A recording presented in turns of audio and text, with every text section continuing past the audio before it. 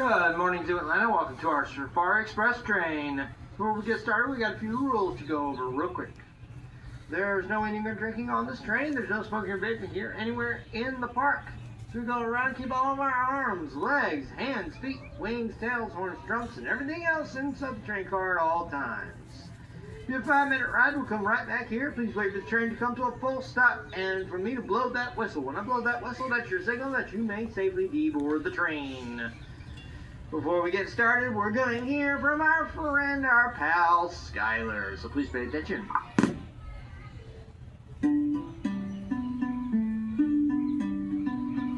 Hi, friends. Welcome aboard the Safari Express. I'm Skylar, your guest conductor today. I just received an exciting mission from our head animal keeper. Every animal has a superpower. Your job is to find out what makes each one special. So hop on and let's go discover nature's real-life superheroes. Thank you, Sky, for ready to do that. Can I get an all aboard?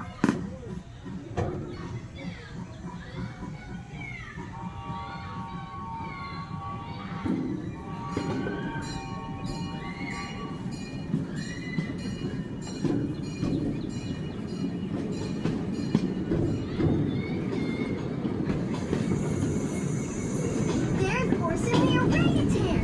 He looks super intelligent. He can solve puzzles and will even use a leaf as an umbrella.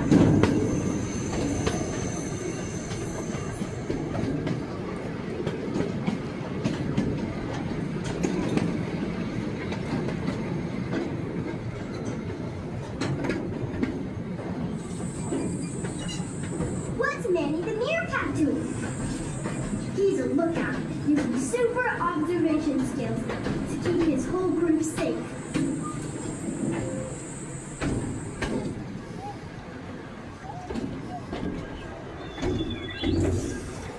See Ollie and Archer the red pandas on that branch?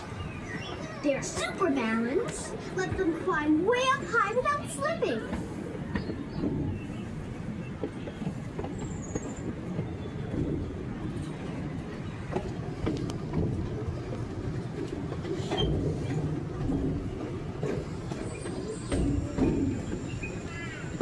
There's Maggie the flamingo. She has super endurance. She can fly thousands of miles without getting tired.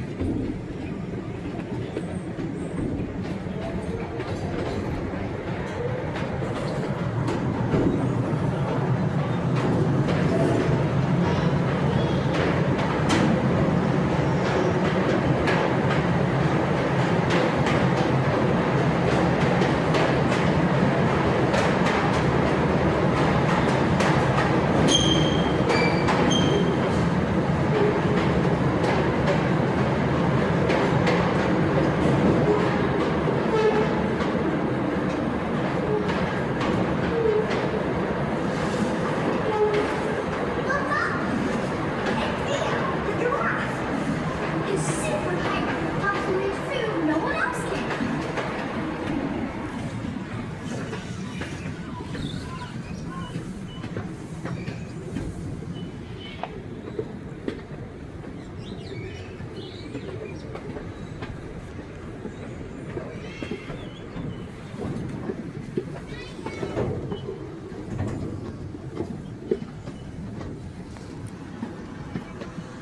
See the alpacas over there? Their super curiosity makes them the first to explore something new.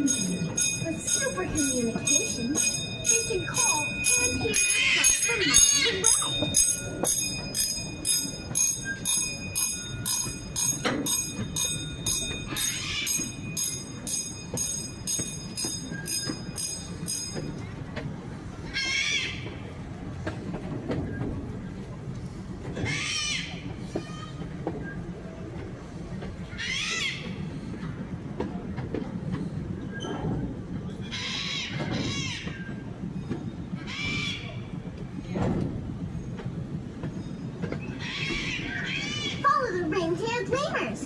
They've got super agility by using their long tails for balance as they leap from tree to tree.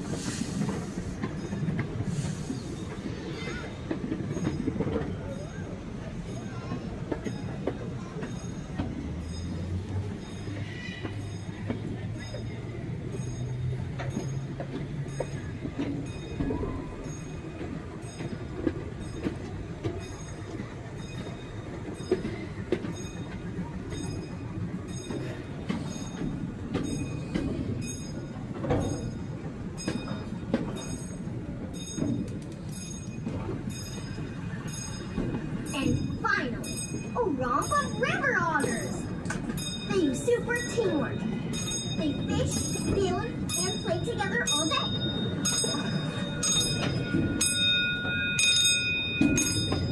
Wow, we've met so many animals today with unique talents. It's incredible how each one uses their superpower to thrive in nature. Which makes me wonder, what's your superpower? Whatever it is, your special skill matters. Just like the animals we met today.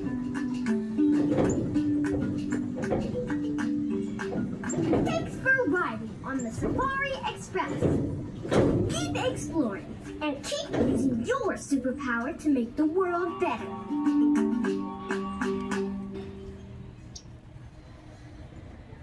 Oh, the macaques are making all that noise.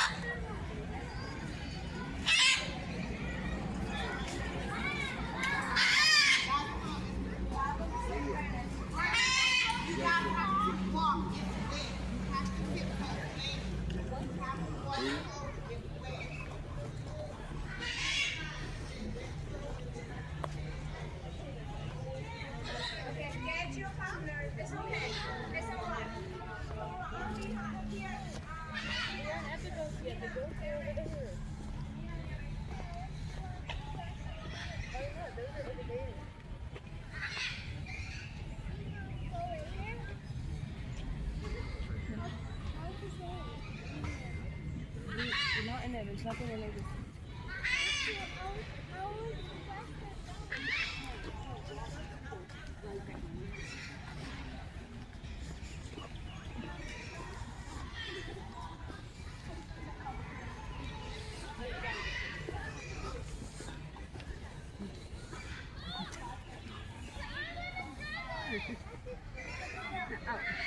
I did this. It's flat.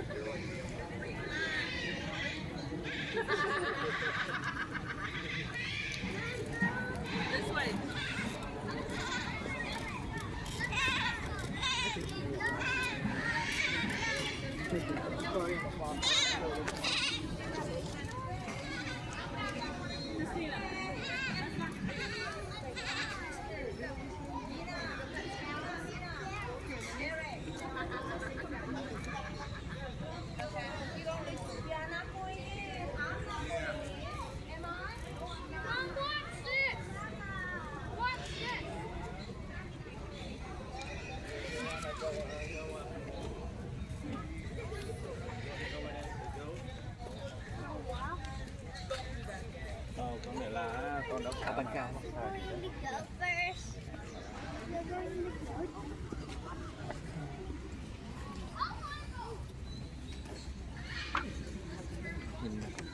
Look at the face. So cute.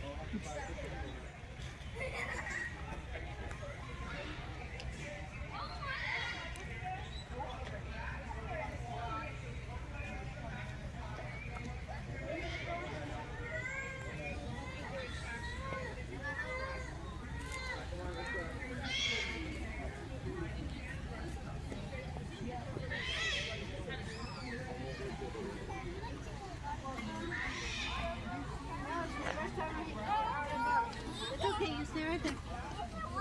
Come here, baby.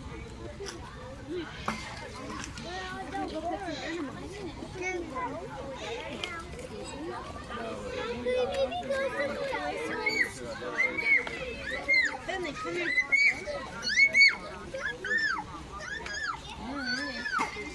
Stand up, please, stand up.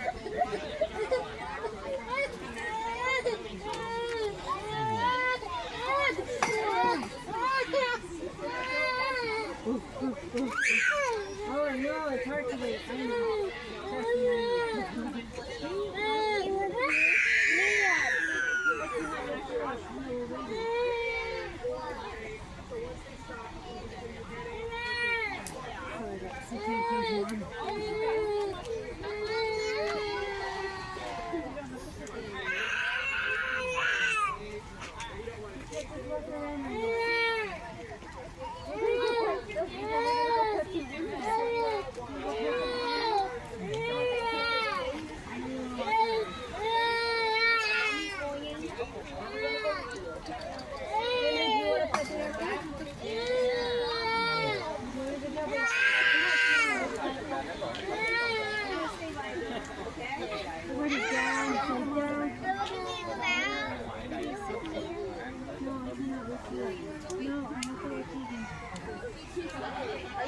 Where next? We're going to go in next.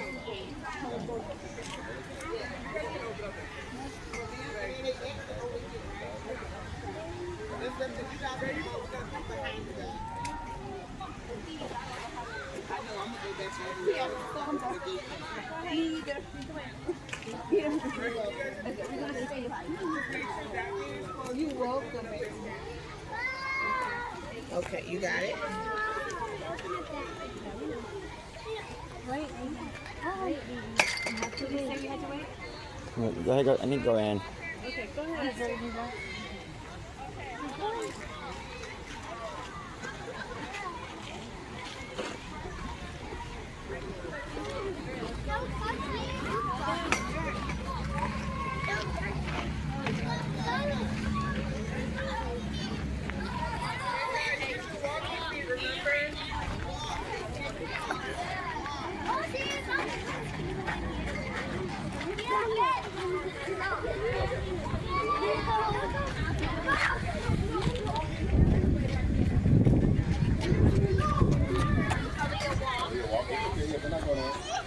Look, that one likes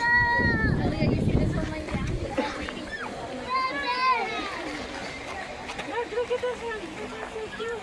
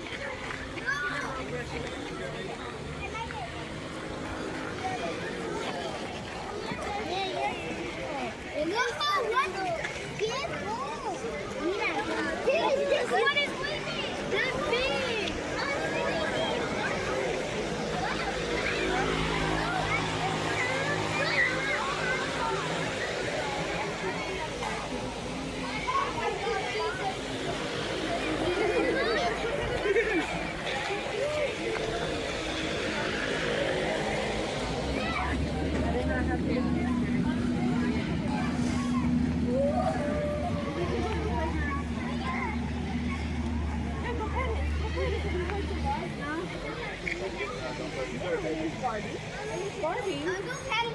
It's such fun name. We try to have some fun with it. There's a Carousel joke that,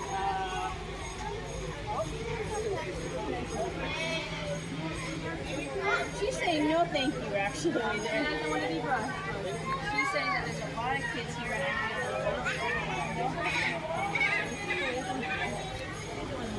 she probably wants to go in quiet time, but everything's sleeping today. Barbie. That's exactly what's going on here. It's like, okay, I can't go into quiet time, so I'm going to get the keys. You know, then chomp on your keys until you open. Yes, you can cut that one.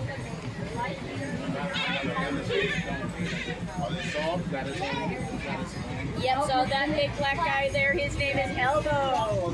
He does have a twin brother named Macaroni that's laying down just inside.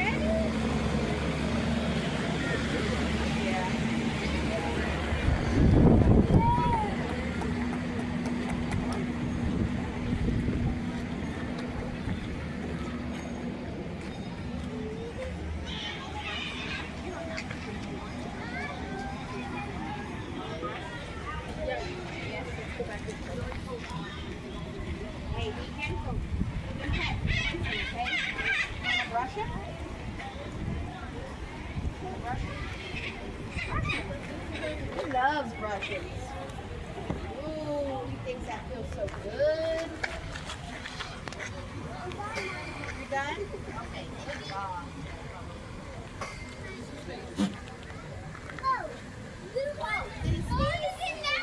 Yeah, that one's under. Yeah, it's like being underneath. I'm not going. Just 1 second. You are there? Let's try to pick our nose. We gotta walk right in.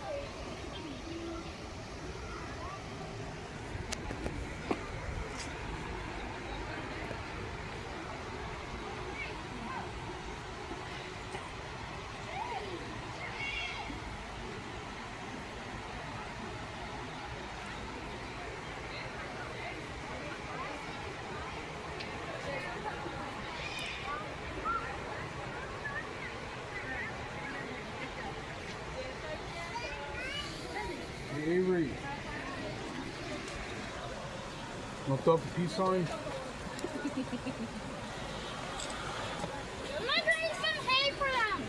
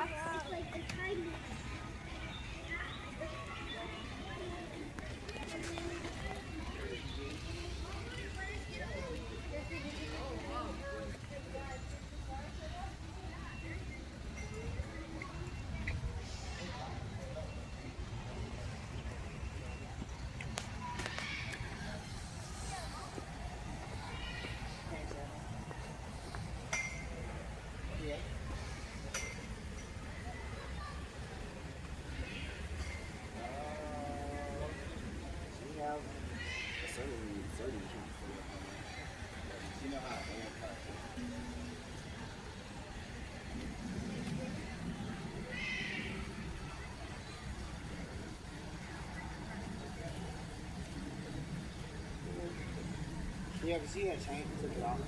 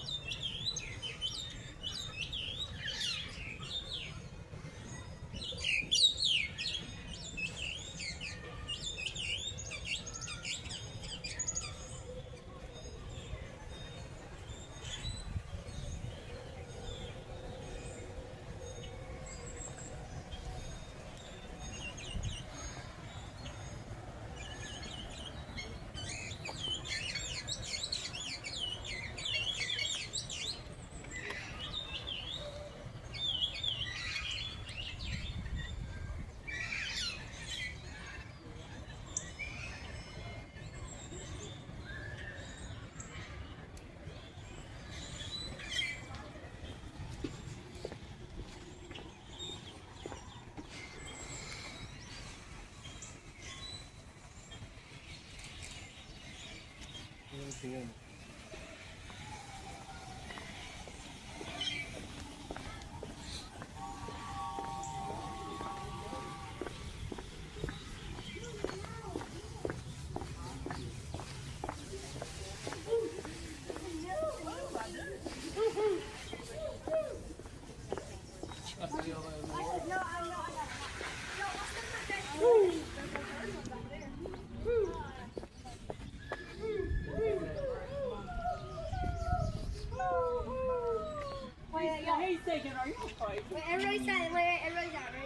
Hey guys, that's not where you're supposed to be. Come on back. What do you think about the owl, Lucy? Because he just turned his head over. Yeah. Well, I did turn around and look at you, didn't I? Let's play it. Let's go.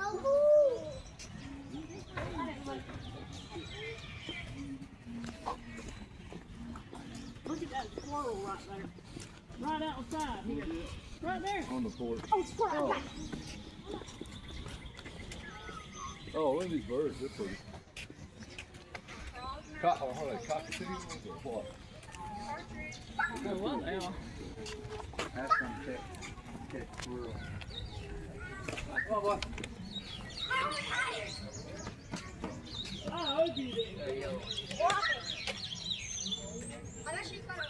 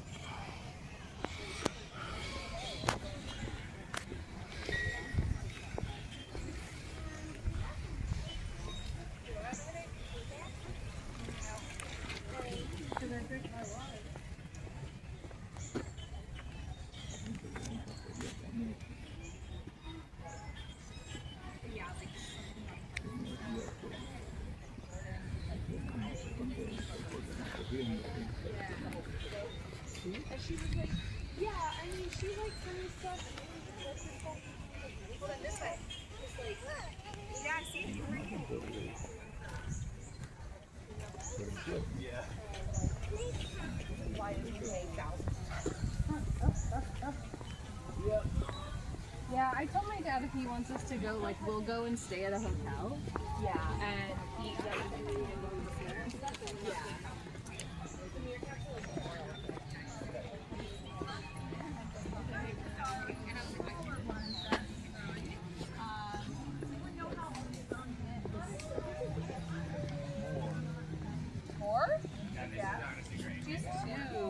Yeah. She is just 2 years old, but she's a very big 2-year-old. She's over 2,000 She's two like pounds. you. She's two like you, Yeah, Nazareth. she was born here. Kiazi is her mom, and Mumbles is her dad. Oh, Yeah. see the rhino? Can you see him? Who's the dad? Oh, that's the dad. Yep. Who's the mom? Mm-hmm. Who's the mom? Yep.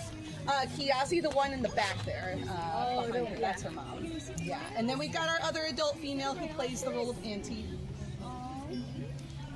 And how old are they? Kori, she is about 20. She's like 19 or 20 years old. Is that the mom?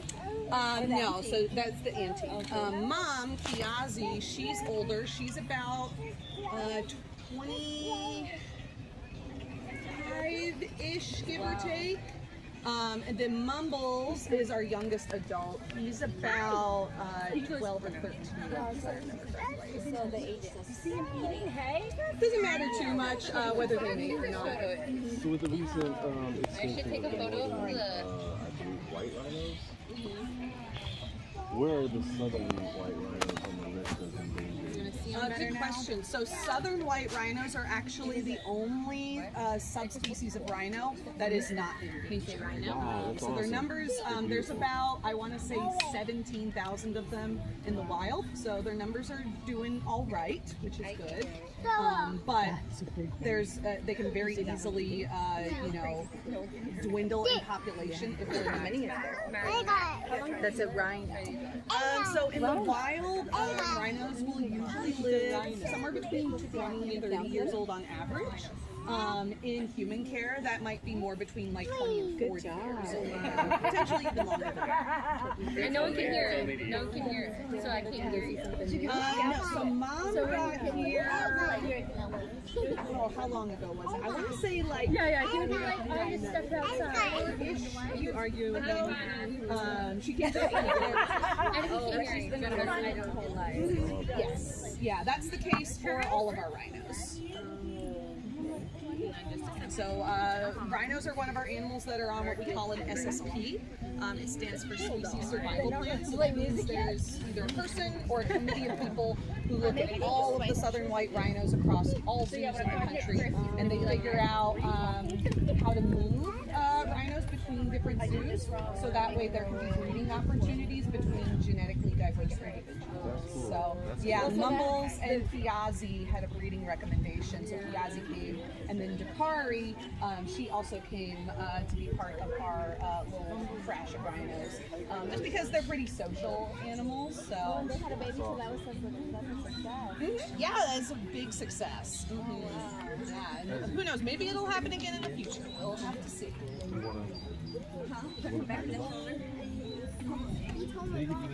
Yeah, absolutely. Thank you so much for visiting. Yeah, a lot of our animals are on an SSP. So if you look at any animal sign and it has this logo on it, it says Species Survival Plan, and it happens to be a rhino logo, but a lot of animals will have this logo on the sign. So if it has that logo, you know that animal is part of an SSP that we have. Good to know. I appreciate Yeah, it. so Right this here it little shows- logo with the rhinos. So even other animals that are not rhinos, if they're on the SSP, they will have that little rhino logo on their sign.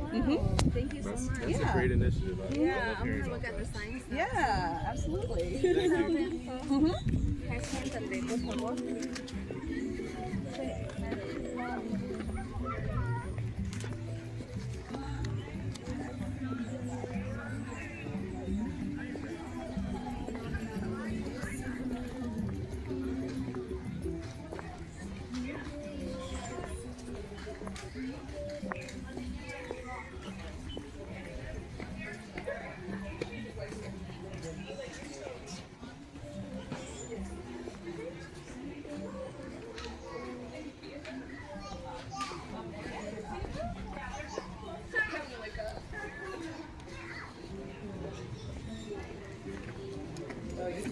look on the other side. Let's go.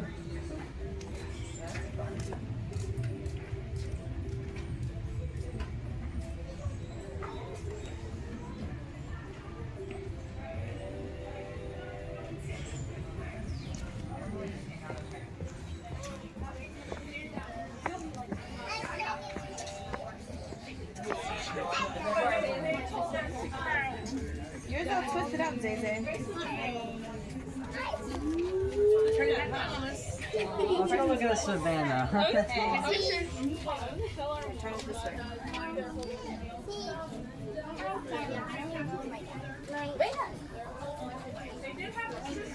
Okay, Zayden.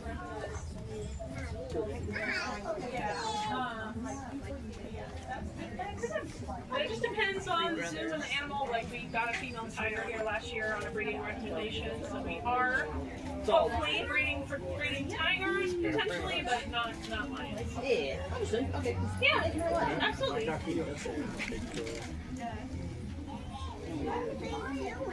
They're all sleeping. They are tired lions. How long do lions live? So Hey, they can that live, should be a it song. depends in the wild or human here, so kind of into their teens, so they are getting pretty geriatric at 12. But kind of like the house You know they cats, they kind of sleep vary up to 20 hours a day. We had a tiger, Chelsea, she passed away. It's been almost 2 years now. But she was almost 21. Very good life. Yeah, they get excellent veterinary care here. And they have longer lives. They, 14, maybe up to 18 or 20 is hard to say. They did have a sister too. I don't know the average litter size. That's a great question. It seems like a lot. Well, they were certainly a lot smaller. They're about 400, between 400 and 450 pounds now. Panting in the sides. Yeah, You so breathe too. I don't know it seems like 4 to 6 range, right? But I'm Okay. How do you know they're all here males?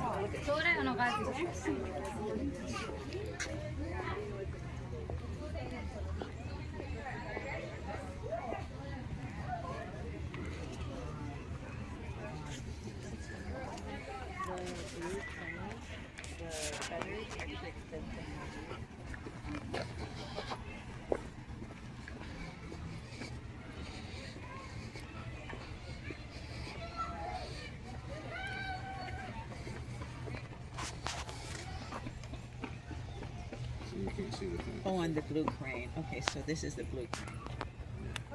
Oh my God!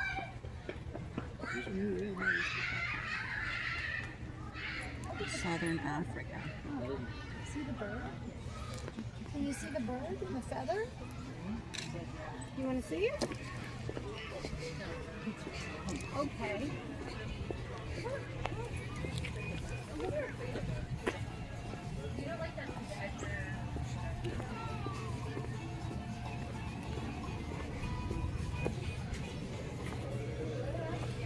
They're laying down up there. Oh wow, look at that big old tusk on them up there. No, touch it. Wait. no. It's not ready. It's not ready. It's comfort. Let's go see the giraffe over there. Oh no. Sleep up there. Okay, you want to take a picture of the giraffe? Way up there. Way up there. See way up there?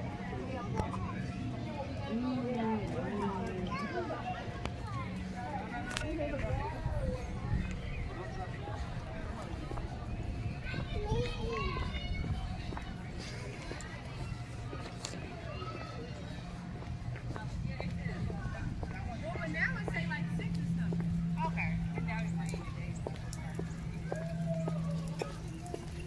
I'm fine.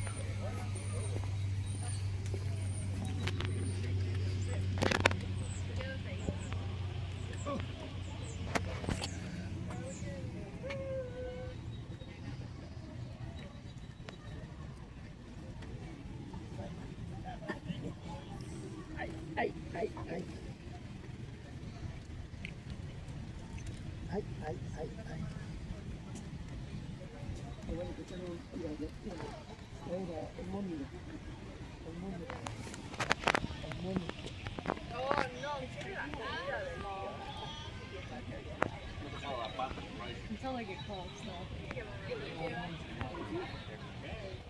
Is there only one out here? Yeah, one. Oh, duh, there's one right in front of me. My sunglasses were like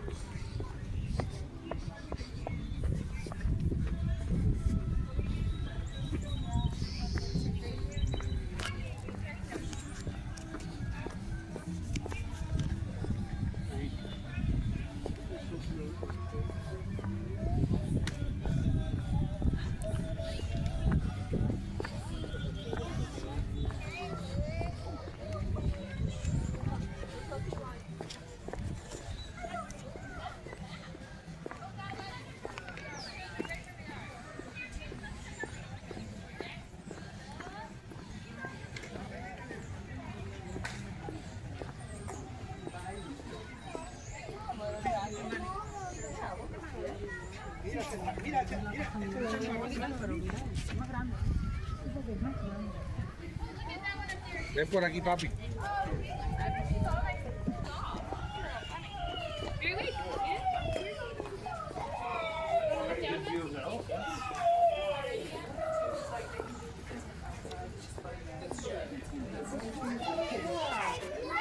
She's so fun. His tail.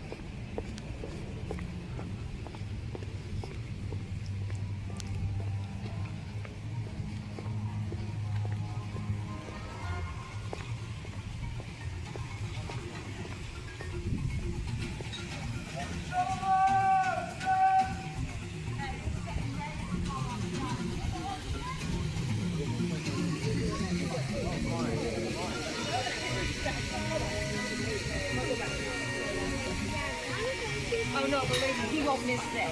He gets more treats here than he does anywhere else.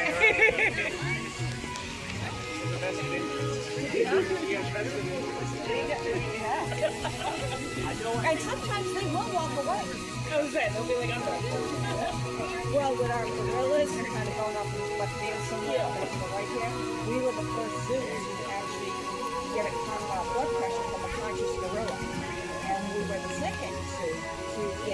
blood pressure to go, all because of the training you're going to see here today.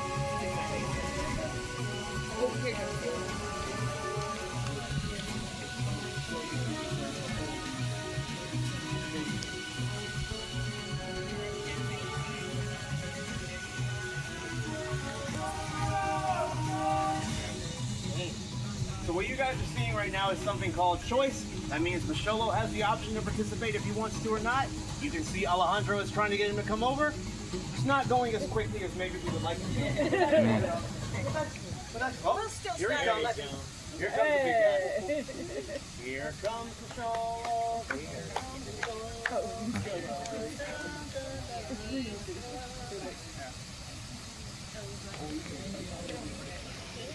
Okay, we'll spend a couple minutes. If he wants to take his time getting here, we have a lot to talk about. Or if we don't, we'll make something up and tell you, okay? Here they are.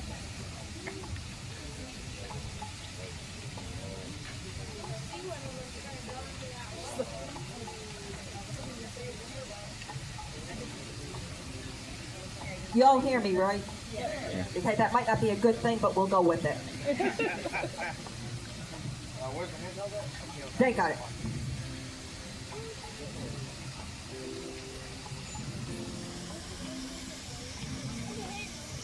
Yeah.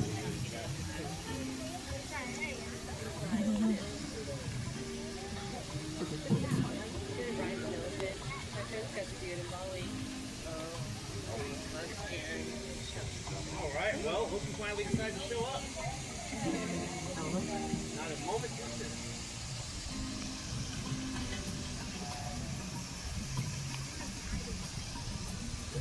Alright guys, well it is 11:30 now. That means I think it's time to do an elephant care demo.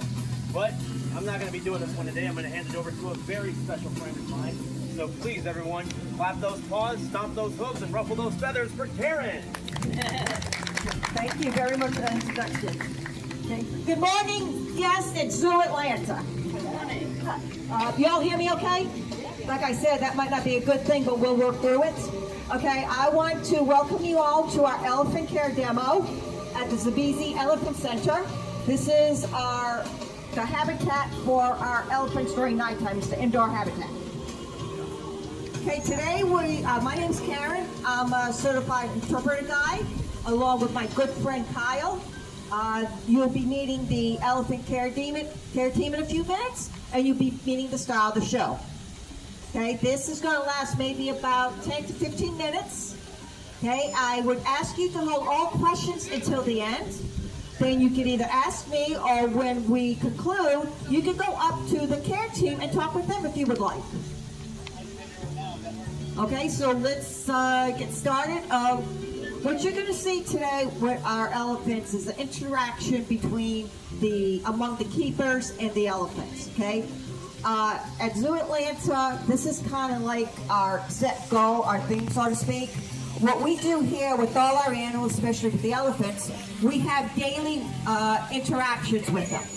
These interactions allow us to build and maintain a relationship with our elephants, to build up trust, and for them to let us give them any type of specialized care that they need, and we'll be talking a little bit about that later. Okay, we have 4 elephants. Okay, Msholo is going to be the star today, but we also have 3 other stars. We have Titan, who's our teenager, 16-year-old. How many have 16-year-old kids? Okay. Okay, we have 2 female elephants. We have Tara and we have Kelly. So those are our 4 elephants. Okay, so right now we're going to introduce the elephant care team. We have Nate, Caleb, Alejandro, and Amelia. So why don't we just give them a big clap for all they do with our elephants.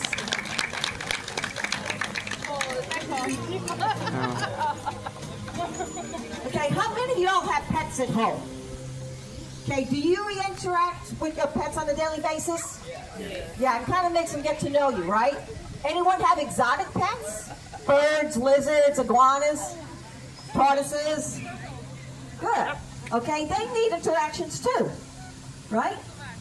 Okay, today we're going to go over the healthcare of our elephants, and we're going to see these amazing people and exactly what they do with our elephants. Okay, now if you notice, elephants are pretty big, aren't they? Okay, they got a lot of skin. Now their skin may be thick, about maybe 2 inches, okay, but it's still very sensitive skin, kind of like ours. During the summertime and in the winter, we put lotion on our skin. Okay, well, it's the same for the elephants. Okay, because they got all that skin. So, Caleb, can you tell us a little bit about care of elephant skin and what you do and the type of tools that you use? Yeah, so as Karen was talking about our skincare program, especially in the winter time, just like our skin can dry out, elephant skin can dry out as well. And when skin dries out, it leads to cracks. Now with elephants, wrinkles are totally normal, but cracks we want to avoid. And so we utilize a whole different variety of different moisturizers to make sure that their skin stays nice and moist, especially in the winter time. So we'll use mineral oil, we'll use Otter Balm, we'll use Vaseline, we'll use coconut oil, and all of those we utilize kind of in combination to make sure that they stay nice and moisturized. Now in the summertime, they do a pretty good job of moisturizing their skin by wallowing in our habitat wallow. I don't know if you saw it on the other side of our habitat. We have a big old pile of mud that our elephants love to throw onto themselves. If you take a look at Titan, he kind of has some splotches on his skin. He clearly went wallowing this morning.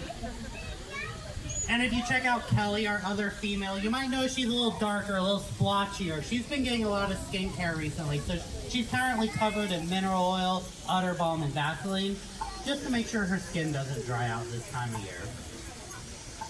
Okay, thank you for that. Now, besides skin care, okay, elephants need foot care as well. How much does an elephant weigh?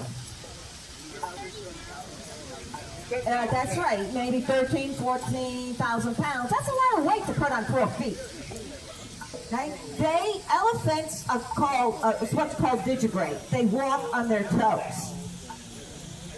They have, if you look at the bottom of your sneakers or your shoes, you have a lot of grooves there, right? Well, elephants have the same thing, have grooves as well. And out in the wild, they mainly take care of the feet. They do a lot of walking.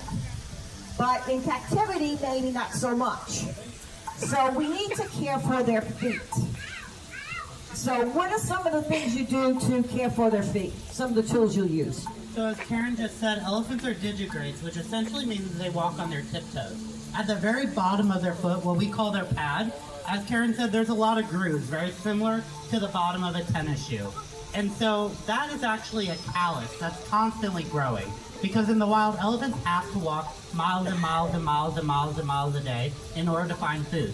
Here at the zoo, we provide their food, so they don't have to walk as much. And so that's actually why we have sand in our habitats as well as our barns. It's a good rough substrate to kind of wear down that callus.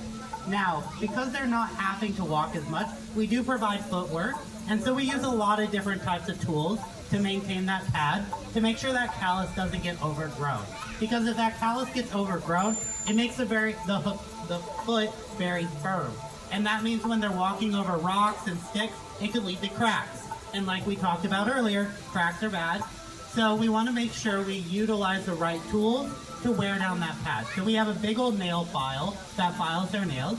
We utilize the same tools that a farrier could use on a horse's hoof, or that a sculptor uses on clay, and we'll open up those grooves to make sure no dirt or debris get caught into them. So we check their feet pretty much every single day. We'll rinse them off, brush them off just to check them, but all 4 of our elephants receive footwork every single week just to make sure that their feet stay nice and maintained. The key to a happy, healthy elephant is happy, healthy feet, because all 4 feet have to make sure they are supporting the weight of the elephant. Msholo weighs around 11,000 pounds, so each of his 4 feet are very important. Okay, thank you for that. Okay, you said that the tools they use to work on their feet on a daily basis. This is what we talk about interaction with our animals. Now, if the care team were to give you those tools to work with the elephants, how do you think that would go? They probably would not listen to you. They don't know you, you're not their trainer. Okay, what they do with the elephants takes months of dedication, work, training, getting to know the animals. Okay, a little bit harder than trying to know your pets at home, but they do that. Now, he mentioned something about they walk a lot of miles. Okay, if you ever seen any National Geographics, The Great Migration, okay, these guys, among others, they would walk thousands of miles just to get to a water hole. Okay, we have here 2.5 acres for our elephants to roam in. It's not a lot of room. So, therefore, we exercise our elephants, right? Because they don't get the exercise on their own, so we do some exercise calisthenics with them. Can you go over a little bit about calisthenics? Yeah, so like I said earlier, when it comes to elephants walking in the wild, they have to in order to find food. Here at the zoo, they don't have to walk as much, and so we find other ways to kind of make up for what they normally would do in the wild. And so through our exercise program, we have a lot of different type of exercise. The first one is cardio. I don't know about y'all, but my first thought when it comes to cardio is a treadmill, and then I have PTSD. We do not have an elephant-sized treadmill in the barn. What we will do is have extended training sessions where they're moving for long periods of time. And so we also have something called A to B, where we will actually call and send the elephant back and forth across the habitat to kind of get some steps in, as well as get that distance in as well.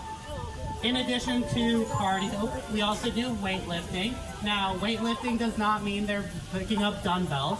They're actually lifting up all four of their feet, which are pretty heavy. They're lying down, and as some of us know, lying down's the easy part. It's getting back up in the morning, a little more challenging. So we're asking them to lie down and get back up.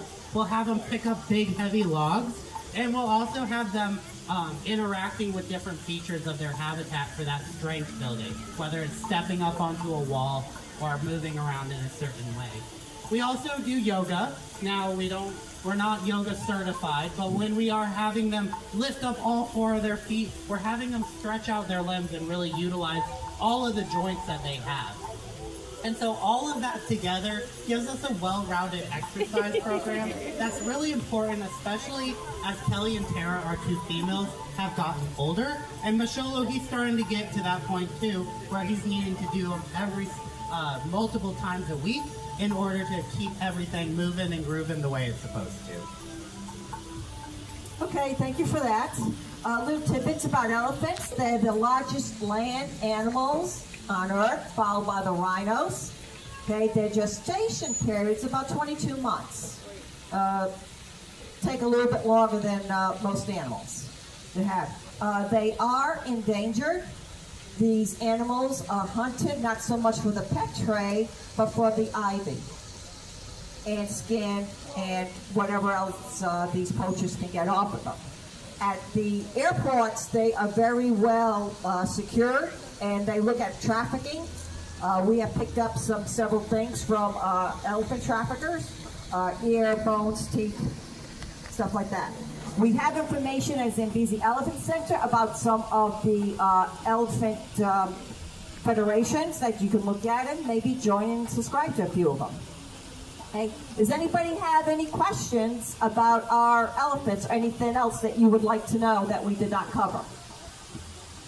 Yes, sir. You talked about giving them oil. How much is that, and how often do you do that? So they're pretty big. It's got to be a lot of oil, a lot of moisturizer. We do. We use a lot of moisturizers. We'll put it in a bucket and kind of paint it on with like a big old brush. And so skincare is very important. It kind of depends on the individual need. Some need it more than others, depending on the time of year. Now, Karen, we are going to be available if other people do have any questions. They can come on up and talk to us off microphone, so please feel free to come on up. We do thank you all so much for being a part of our demo today. Okay, this concludes our demo. And like Caleb said, come talk to us. We got some biofacts on the table. We actually got an elephant tooth. Oh, I should have told you that. I wanted you to all guess it. That, and we got a print of what the elephant's foot actually looks like if you didn't get a very good picture of what it looks like.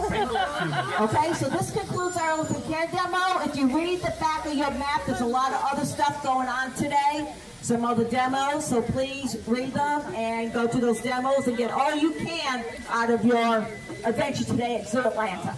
Okay, thank you for joining us. Have a wonderful day. Give Karen a nice big round of applause, everyone. Woo!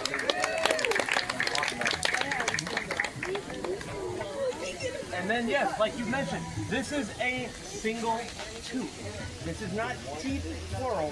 This is one tooth. They have just 4 teeth, but they have 2 on top, 2 on the bottom.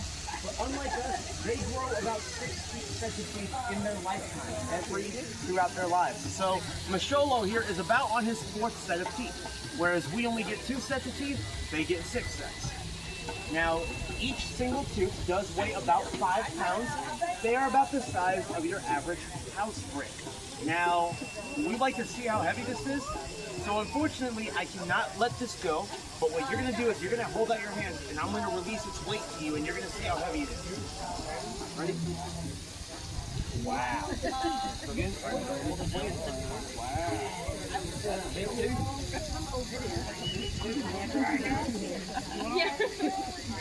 Wow.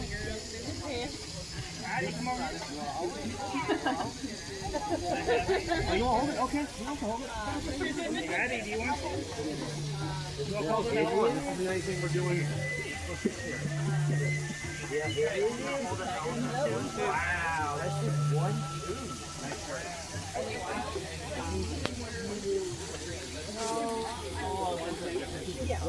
We don't touch them. Yeah, they're all African.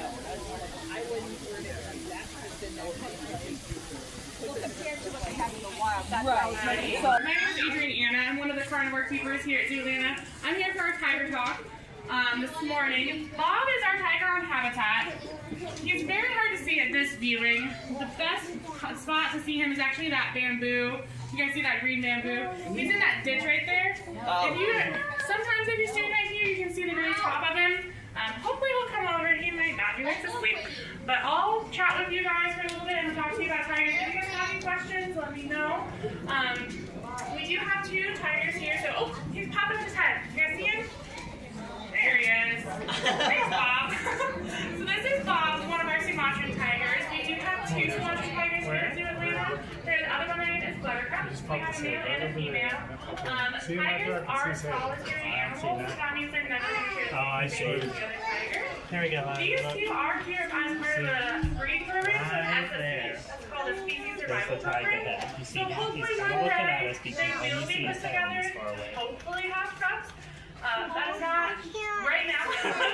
That's not going to be on habitat. That's going to be in a holding area to make sure that everything remains safe. Because these are 2 big tigers. So we want to make sure both are safe in this endeavor. So it's a whole team effort to put them together and then separate them. That's the one that's laying down up there we saw. But a little bit about Sumatran tigers. They are the smallest species of tigers. So Bob right here, he's about 250 pounds. Buttercup, our female, she's about 200 pounds.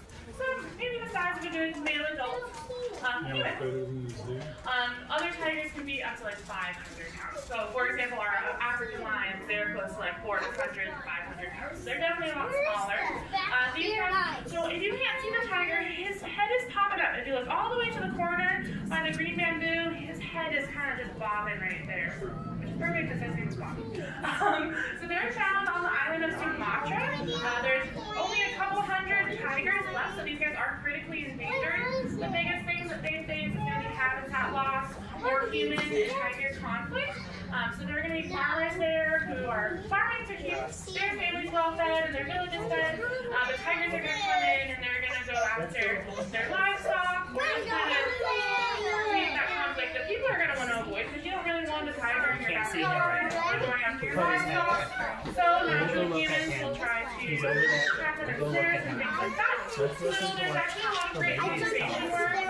Julia actually partners with the Tiger Family to help people in Sumatra avoid those human-tiger conflicts through education, through helping them build tiger-proof fences for their livestock, and trying to prevent any kind of poaching that tigers might face in the wild because they are part of that illegal animal trading. Some people out there like birds, nails, Yep.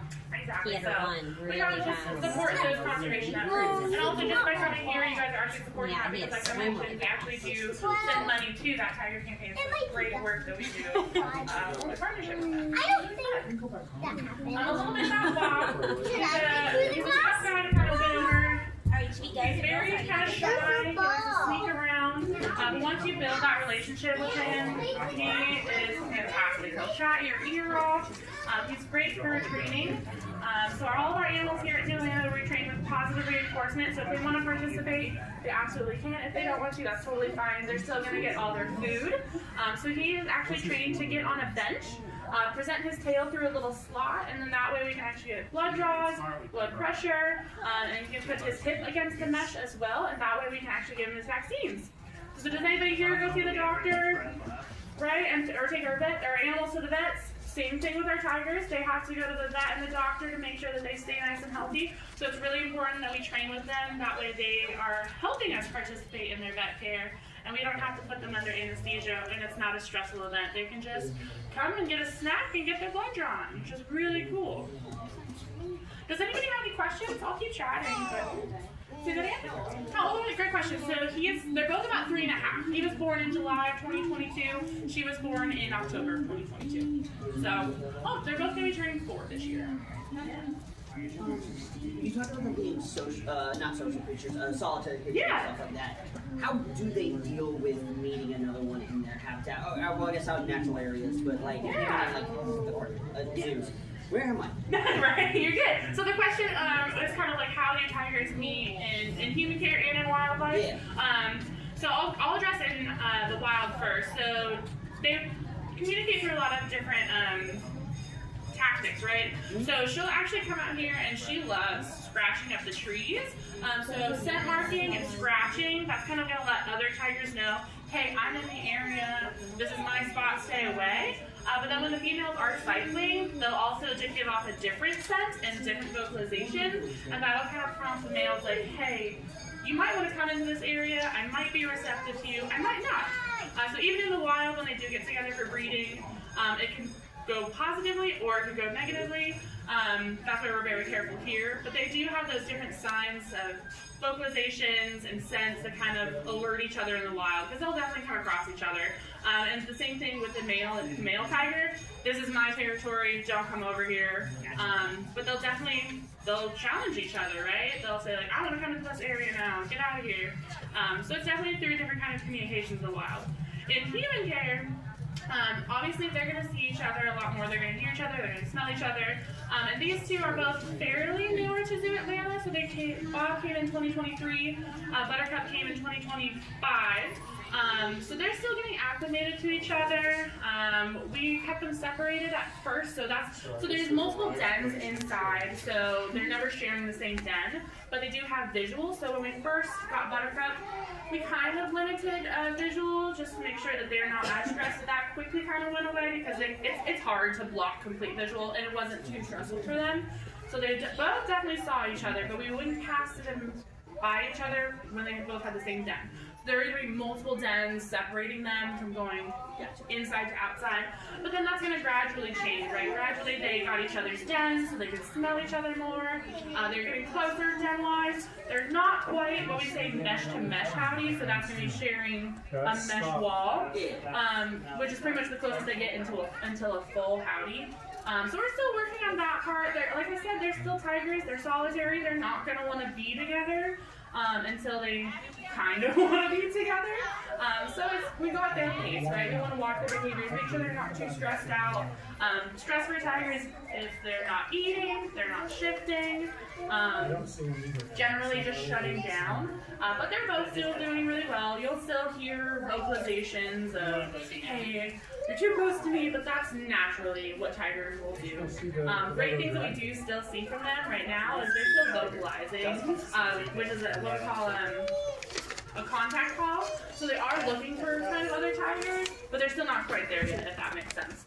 So it's still positive. We're seeing progress for hopefully one day putting them together.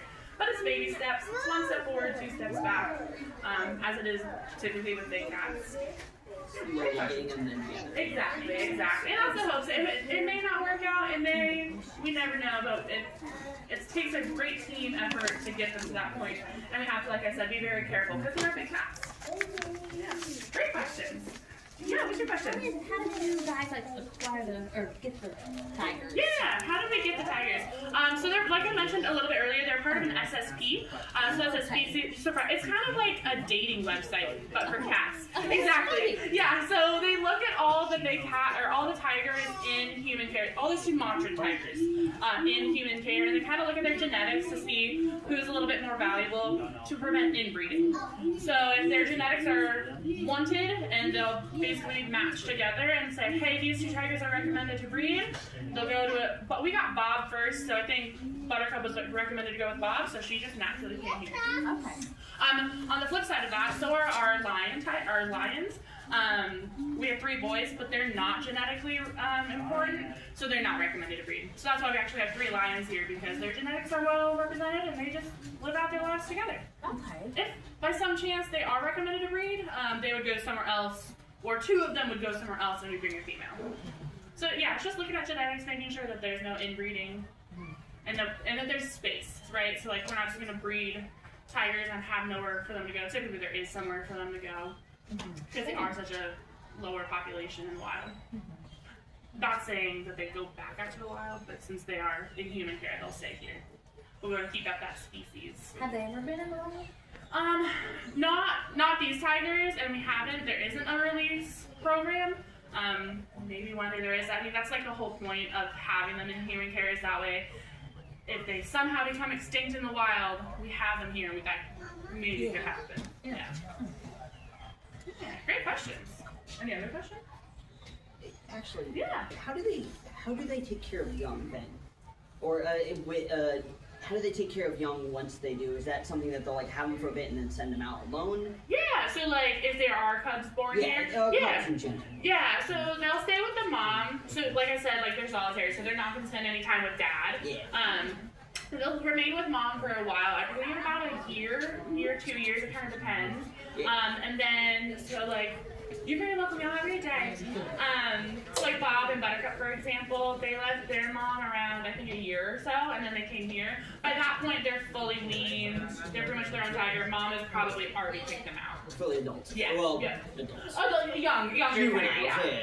Okay, cool. So it just depends. Yeah, it makes sense. Yeah. They're pretty cute. I wasn't here, but we had cubs a while back. Yeah, I want to say like 15 years ago. Yeah, tiger gets super cute. Hi guys, if you're just joining us, my name is Adriana, I'm one of the tiger keepers here in Zooland. I'm wrapping up my keeper talk, but if you have any questions about tigers, I'm happy to answer them. Have you seen Bob yet? No. He's hanging out in the kind of that ditch, so if you look directly where those people are behind that bamboo, he's in that ditch. Every now and then he'll lift up his head. But that's his favorite spot ever since he got here. It's not my favorite because he's very hard to see. But that's exactly what a tiger is wanting, right? Like they don't want to be seen. They really get camouflage. So he just wants to sleep all day, and that's what he does. Sometimes he'll come into the pool, which is really fun, but it's not quite warm enough for that yet. Yes, Buttercup was in the pool this morning, and it made my morning. Yeah. She came this past morning. Yeah, she was having a blast. She's a good girl. She had habitat access overnight, which they can have. She did not want to come inside, and if she's a big cat, if she doesn't want to do it, she's not going to. So I came down here to see what she was doing, and yeah, she was having a blast in that pool, which is great to see, because that's why we have it, right? Yeah. The thing of with animals, in zoos and aquariums, like, no, they're there, they're just hiding. Yeah, oh yeah, no, they're out there, they just don't want to be seen, and if they don't want to be seen, they'll make it so. Yeah, no, they're good at that, too.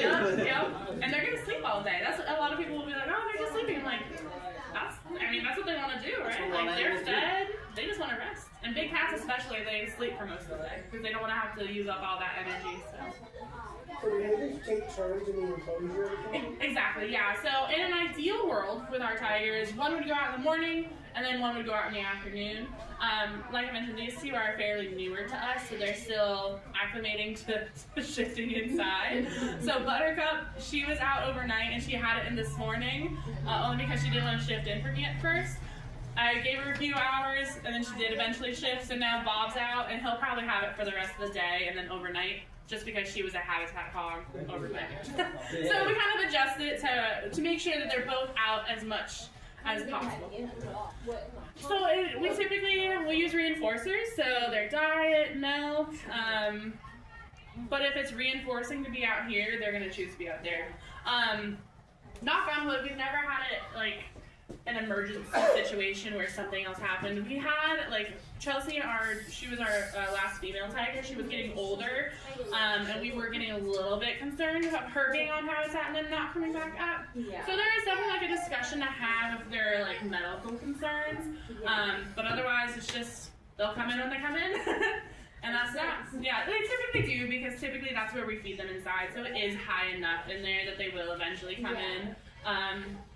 But they're good cats. Yeah. It's pretty much on their terms, which is great because then it gives them that choice and control. Yeah. It's really hard to win an argument with a cat. Yeah. Yeah. Yeah.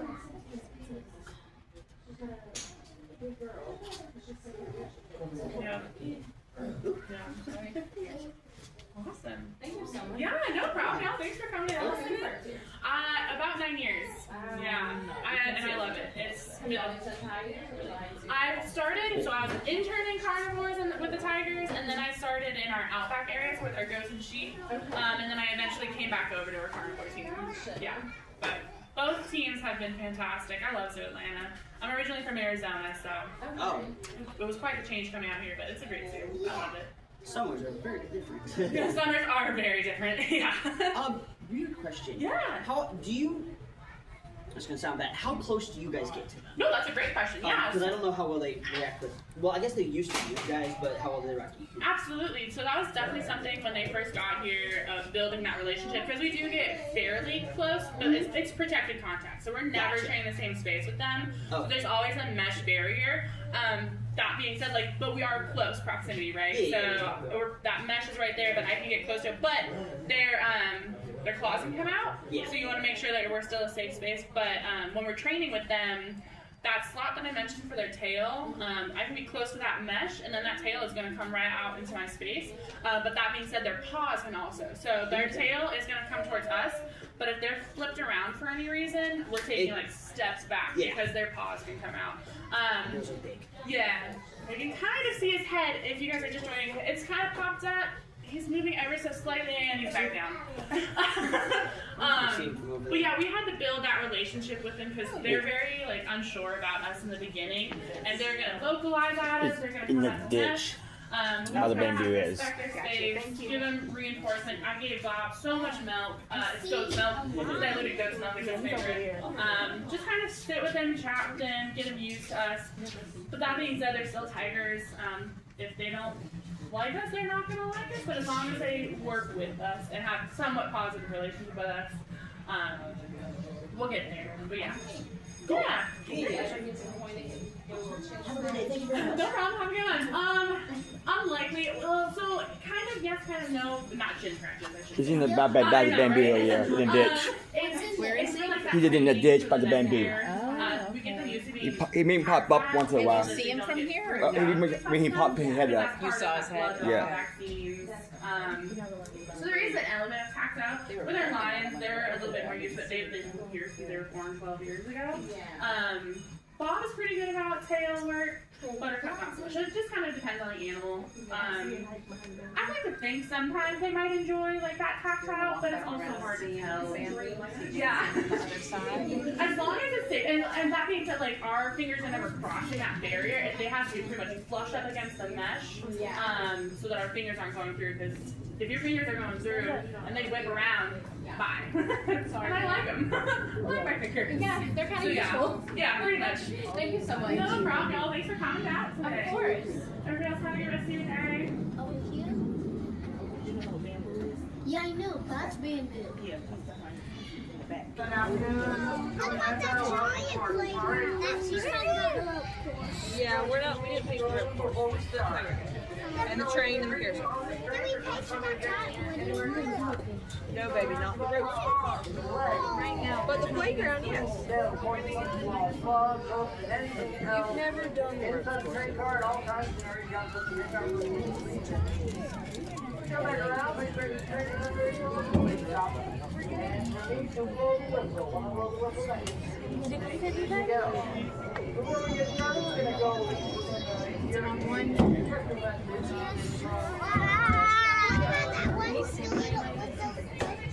Little kid on that when he's down to eat that he was not going to be able to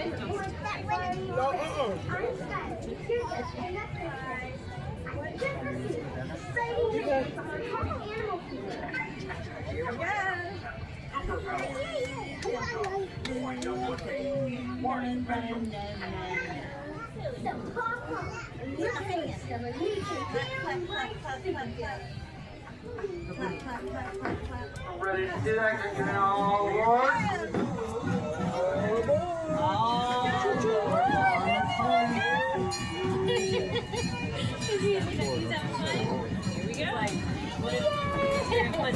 I'm talking about that. What? We pay for that. Or that. No, baby, we can pay for that. He's not scared. That's the little kid.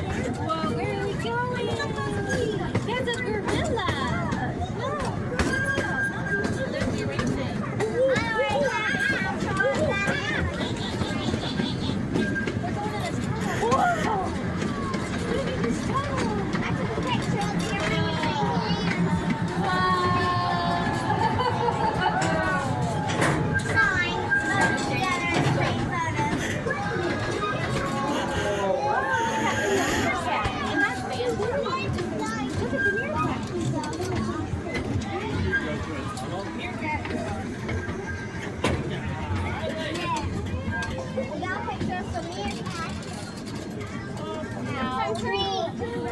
Look at the red pandas, or is that a box?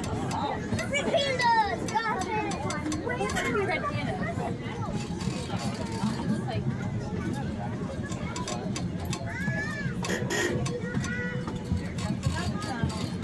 You think I want this, or you think it's too slow? Lauren, will you take a picture of me? I'm sorry. I see a flamingo.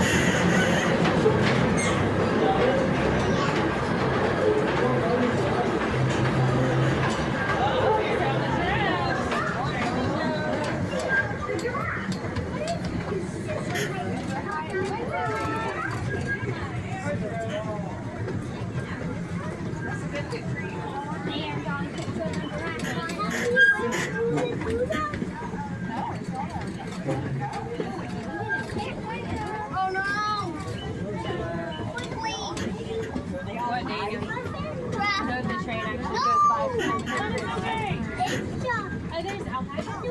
You have to train more than one time. Okay. I can't get all the good photos. But you can ride the train more than once. Son, look at me. You can ride the train more than once.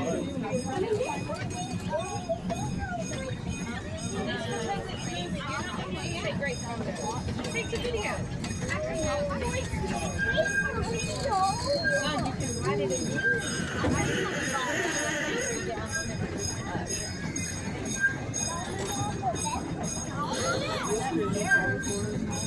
We got lions coming up on your side, Daniel.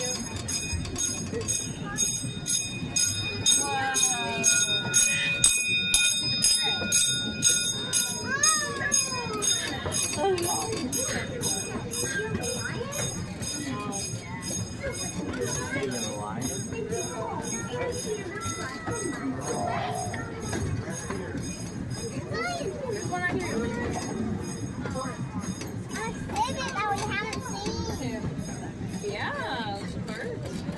What is that?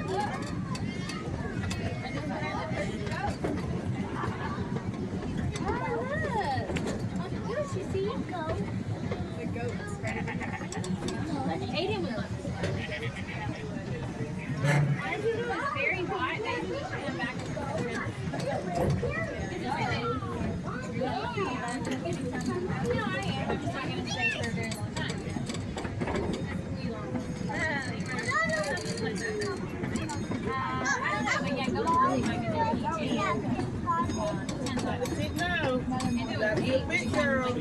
Look at my big girl.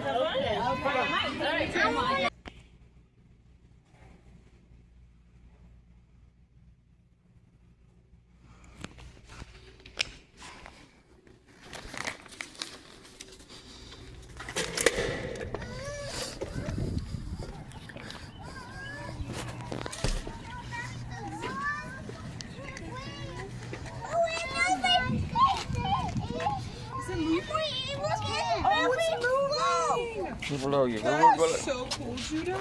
It's moving slow. Judah, that is so cool. It's moving slow. That was awesome. Wait, I can't see one under here. What'd you say, Abra? I wish there was one under here. You see another one under there? Oh, Mary Evelyn, alligator. what else do you see? That's cool. Hey, Nudie. Nothing. And the alligator napping. That's That's silly. That is silly. I know. Guys, Lily, this guy's trying like. Judah, should we find the snakes? I'm sorry. Mom, there's not. There's only 9. Judah, should we find the snakes? Come on, let's find the snakes. I'm excited.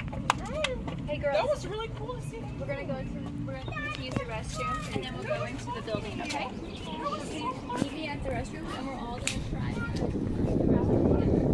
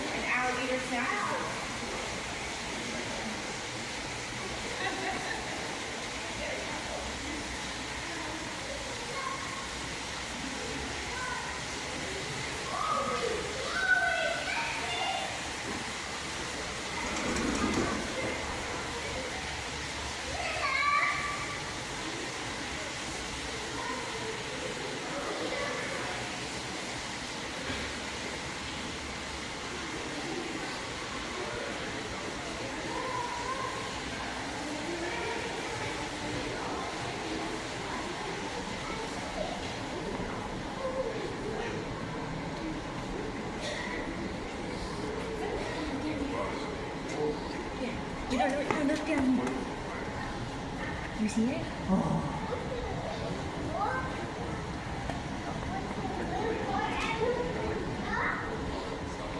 Yeah, come here. Say that. I'm sorry. Come on, baby. Come on. Maybe over here.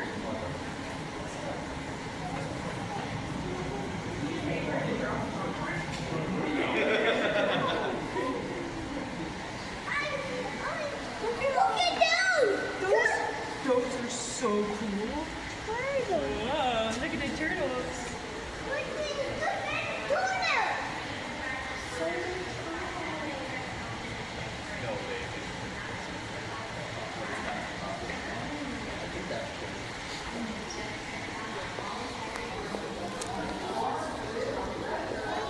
just like in my, they draw me through those all the time. It's my favorite one.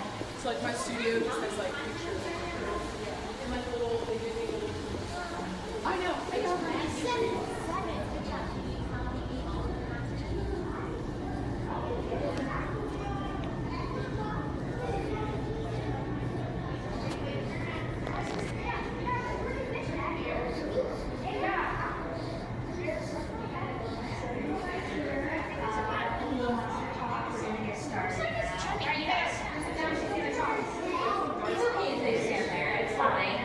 We're currently feeding him.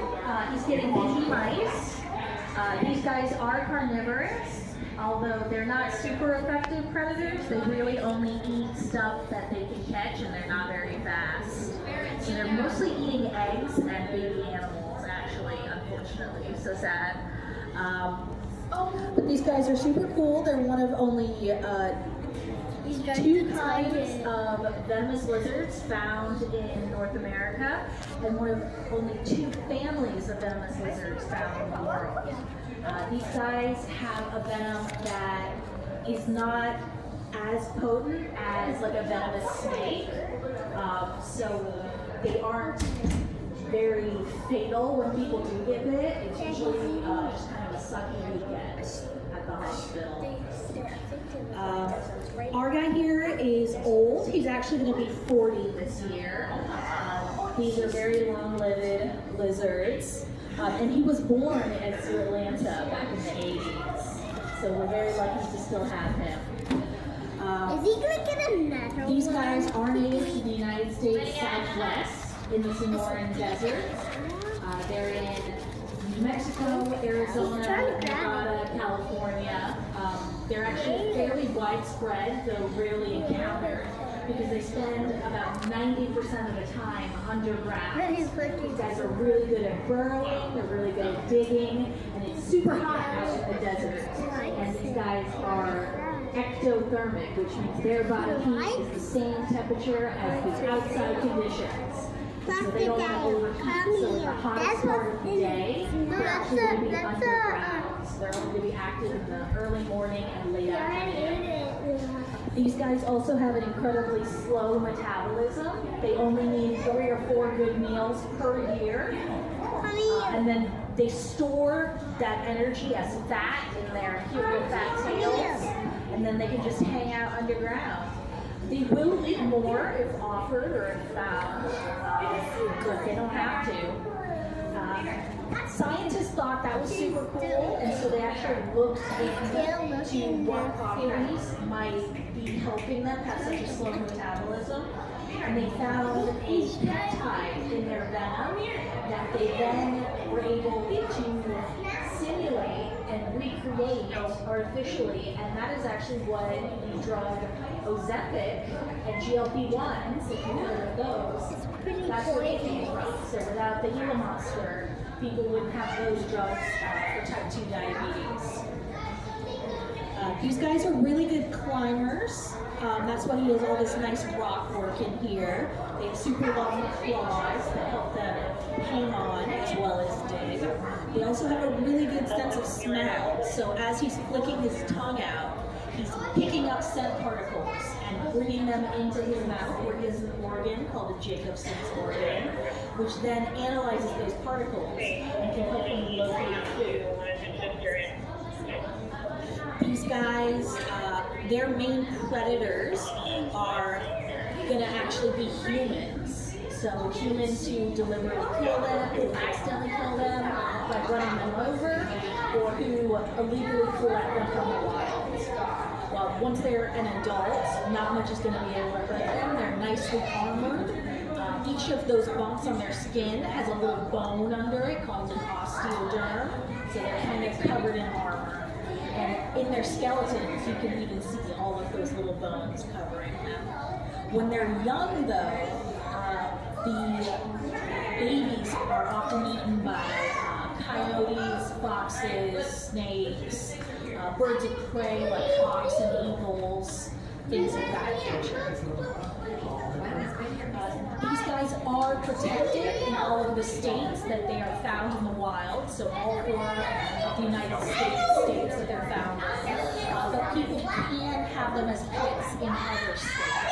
You're not allowed to wild collect them. I see something!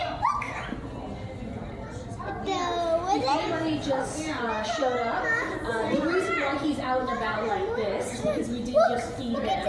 He gets fed about once a week, depending on where he is. Sometimes he goes outside. We actually have a space outside for him to hang out and get natural light. These guys do rely on UV light to help them process calcium. What is this?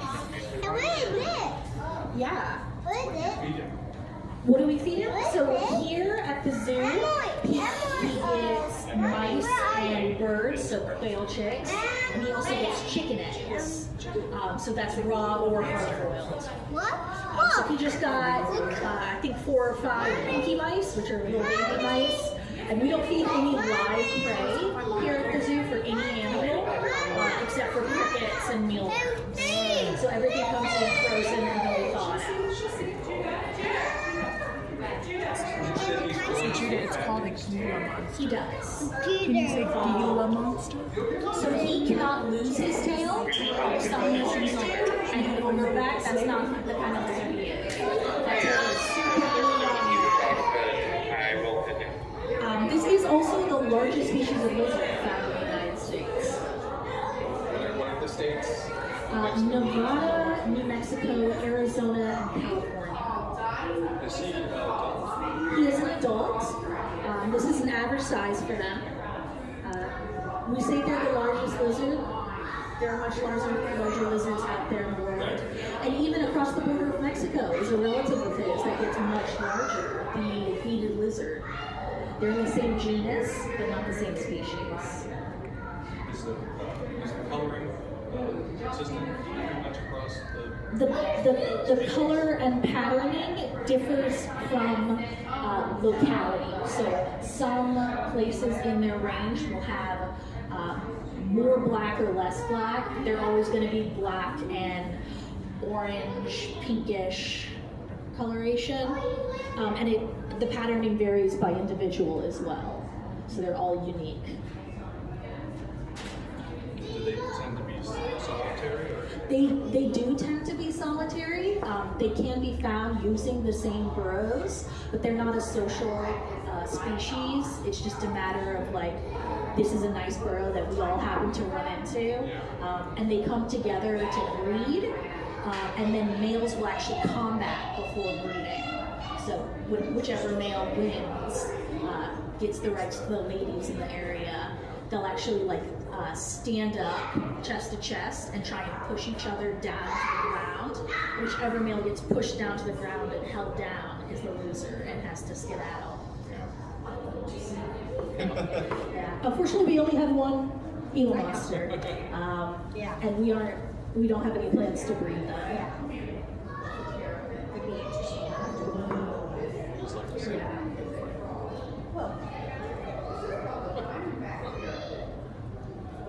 Yeah, this individual is actually 40 years old this year. These guys can live well into their 30s and 40s. It's unknown actually how long they live in the wild because they're so hard to find. Even though there are a lot of them, they're just kind of hard to dig out of the ground. Yeah. Is this like one of the kind of ones where it's legal to own one but not to sell one? It is legal to own and sell them not in the states where they are naturally found, and it is illegal to take them out of the wild. So, however many years ago, people took them out of the wild and then started captive breeding.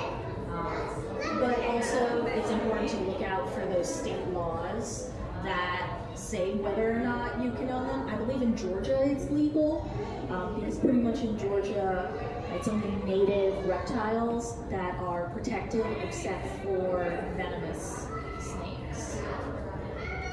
Does he need to drink or does he get moisture from the water? He doesn't need to drink. Most of the moisture he's going to get is going to be in the food. That's how it is in the wild. They might come across a puddle every once in a while, and they will opportunistically drink. but they're not actively seeking out water. We do have a little pool for him, just because it's nice to offer. And he has these super big jaw muscles. That's not for predation, that's for defense. So they have a very strong bite and they'll hold on. So his coloration, he doesn't really blend in with the desert, like he's kind of an obvious lizard. That is called aposomatic coloration. It is a warning to his predators not to mess with him. It's whatever coyote, whatever fox messes with him and gets bit isn't gonna die. They're gonna remember how much it wasn't a good idea to mess with him, and they're gonna say, any lizard that looks like that, I'm not gonna mess with.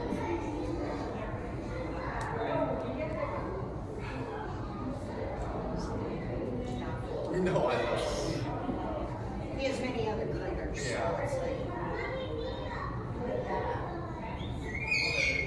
I mean, they're cool looking. They're fairly common in zoos, just because of how cool they are. They're not super exciting, like behavior. He kind of sleeps. We did just, yeah. It's pretty much the only time he's active. We put these signs up because 90% of the time he's there or he's in the hole. Yeah, so you can kind of rely on him. He has like a little nook there. How often does he shed? So he actually sheds in patches. So he doesn't ever have like a full like shed season. But he probably sheds in patches every couple of months. He doesn't shed as much as some of our other beaded lizards do. We have one non-beaded lizards and a black beaded lizard, and they're like always shedding. They're always pristine. So I think there was a food item that rested right there that he's smelling.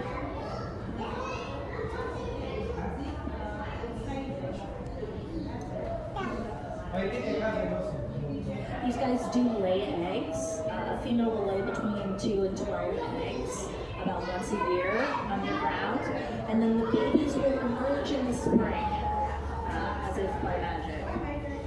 They start out about 6 inches long and already venomous. How many of the eggs are typically I haven't read any papers that have tracked that. Yeah, they have quite a few predators when they're young. And they do eat more often when they're young and growing than they do once they get to adult size.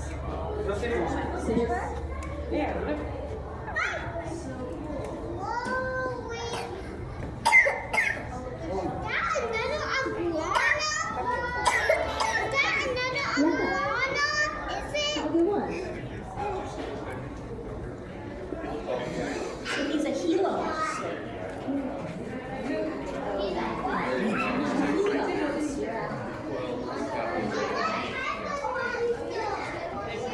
He's the largest lizard found in the United States.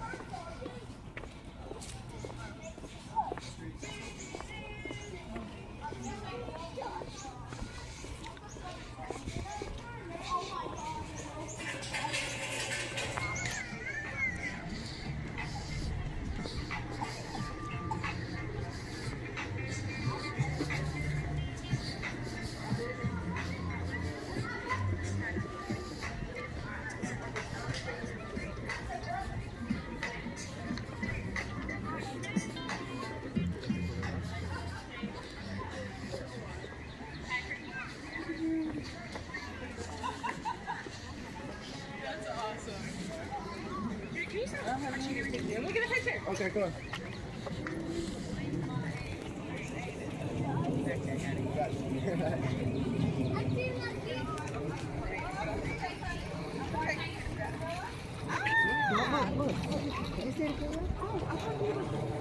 We'll go see if there's more. Where is he? He's not. Oh, he's down there. Yeah, everyone's right. One in the barrel. Yeah. This one out back. Yeah, they are silverback. Silverback.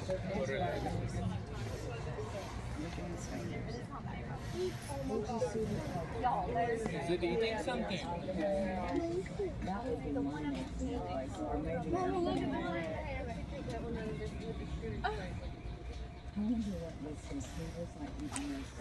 Hey guys, they don't have to go. Oh, Mommy's here. I want to go see the reptiles.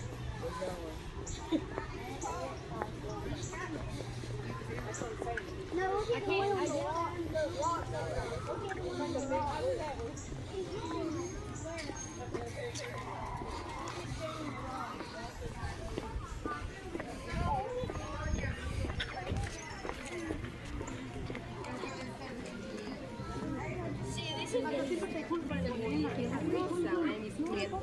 Porque Since we're here.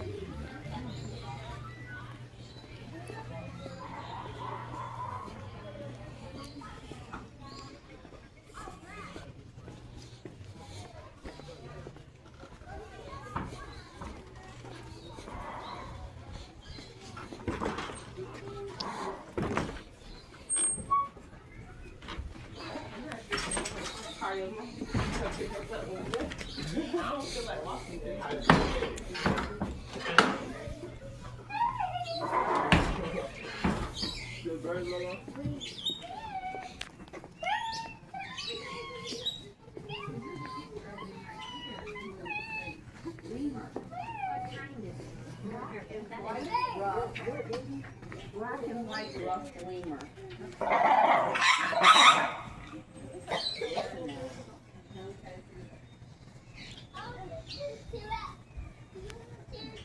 Isn't that cool? That's a baby lemur. Look at their beady eyes.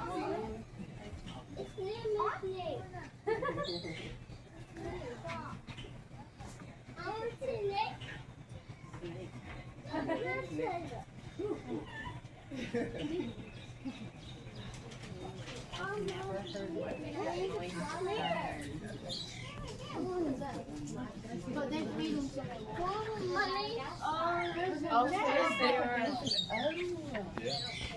And they can live in the same, you don't touch them.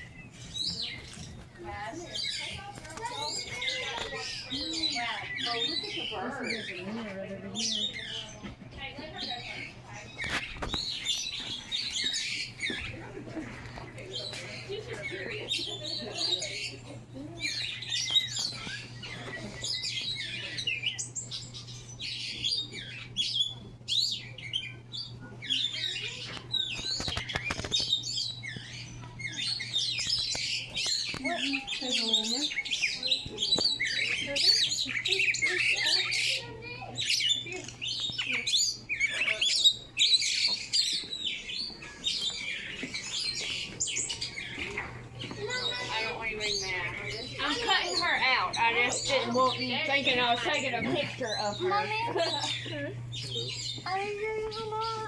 didn't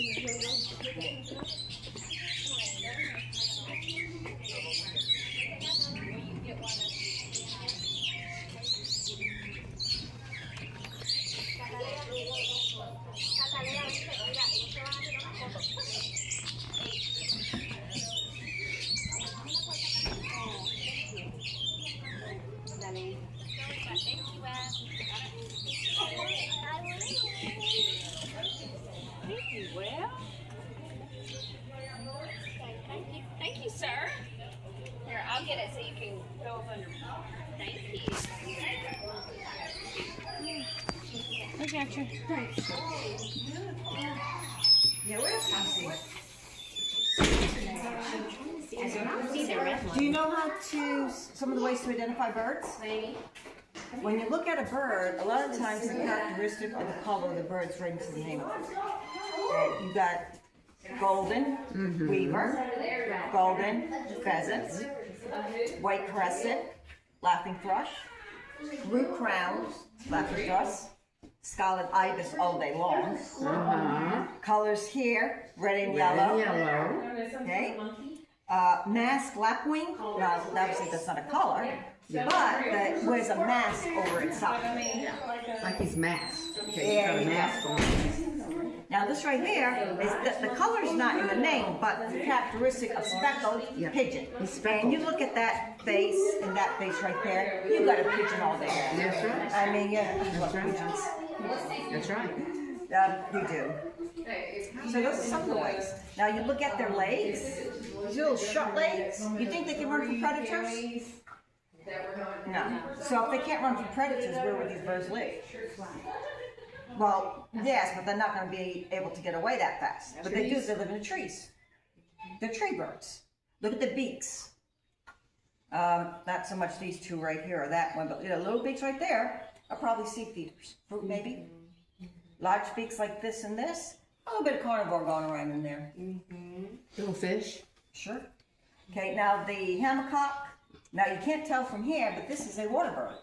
Its feet is halfway wet. When you look at a duck, it has a full wet feet. Well, their feet are only halfway wet. And look at those long legs. All right, he's waiting in something. What's that beak? Bill, rather? Yeah, it's going for something. So those are some of the ways you can identify. Now, the good news about identifying birds, if you take our extinct and extinct birds, which means the birds that are living today, there's 10,052 species. Wow. Now, in Georgia, we have 857. So you only have to go through 857 birds to find which ones you're looking at. Yeah. All right, now it's down some, right? There you go. Yeah. Only 800. 57. 57. Very close. What does extinct mean? Look at that. If a bird is extinct. It died. Well, not only did the bird die, but the species no longer exist. So if we say like the speckled pigeon is extinct, that means no more speckled There's pigeons. no more on the earth. Now, opposite of extinct is living. We call that extant. E-X-A-N-T, I think. C-A-N-T. All right, that means that the bird is still living. I haven't heard of that. That's interesting. Yeah.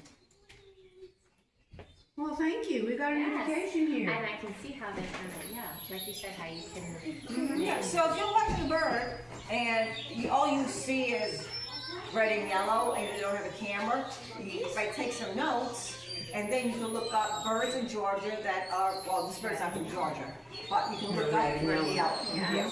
That's how you could bird watch. We'll have a bird watching journal. Hey, you need some binoculars. You'd be surprised when I hear from parents how many kids do that. And look at it is good.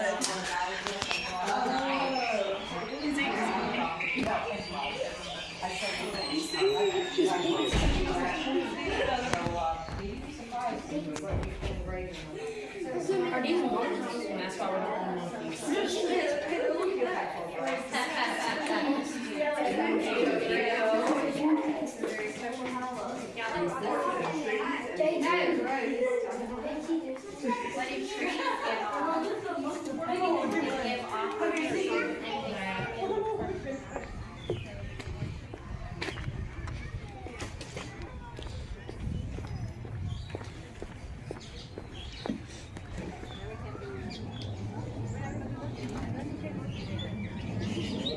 Come here. What are you doing?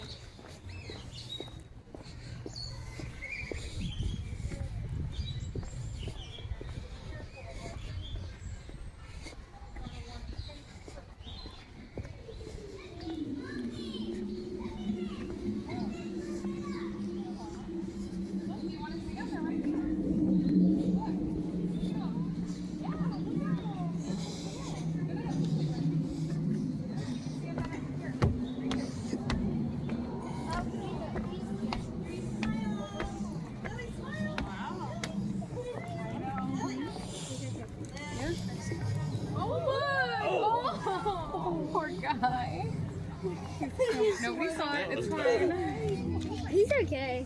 Look, he crossed it. Oh, that looks like it hurt. That was pretty bad.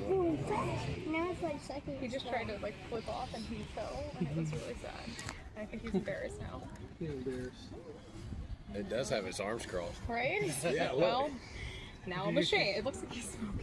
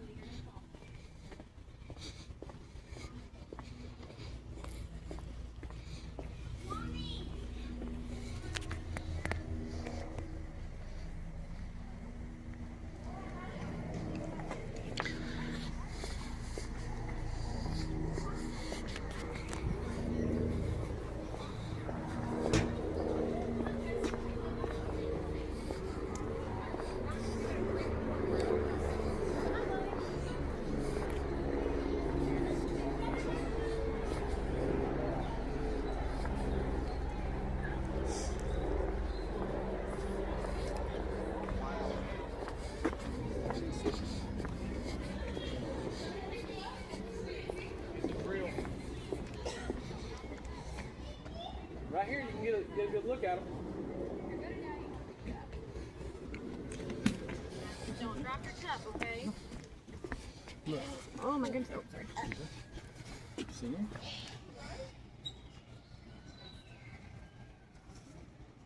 Those are big ones. That is a big. He's petting the bug. He's petting the other one? Yeah. He's eating the bug with it.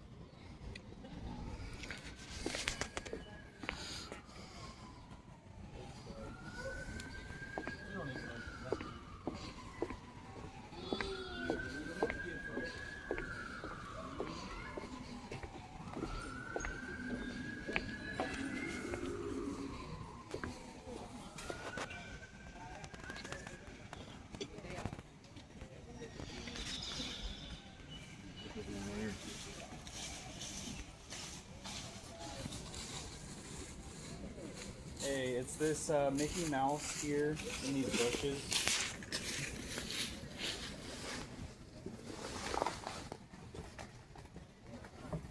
Thank you.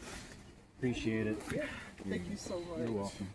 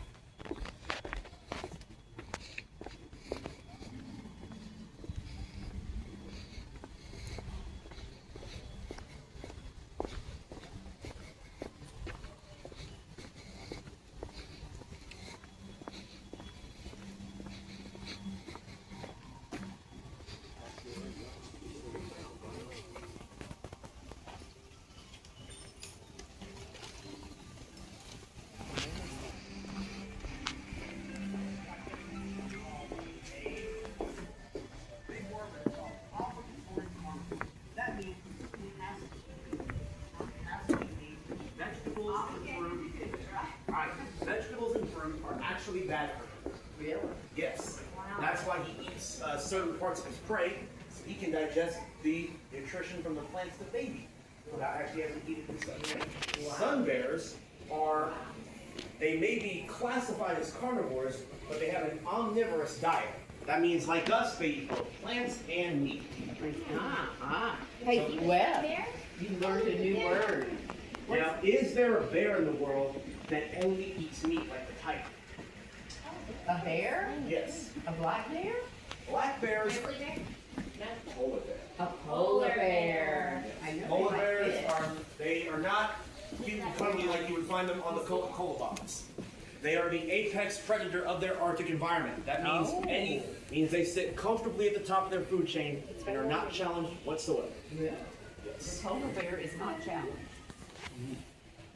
Well, by human threats, Right, they right. can be. But naturally, no top predators in their environment. That means they have not had to do it. Polar bear is the top one. The king of the Arctic. And Canada, look. Canada. As a matter of fact, a big population of polar bears can be found near the Hudson Bay in Churchill.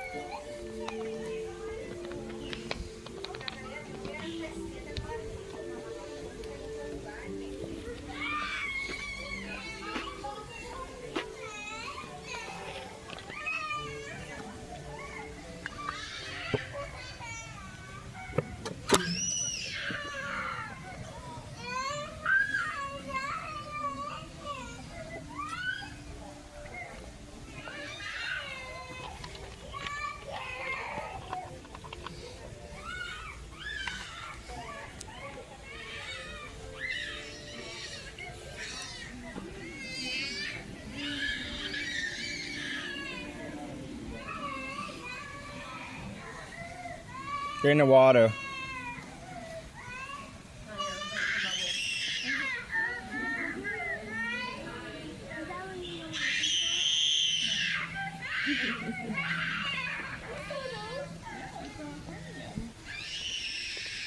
They were playing with the balls. We saw the sea lion and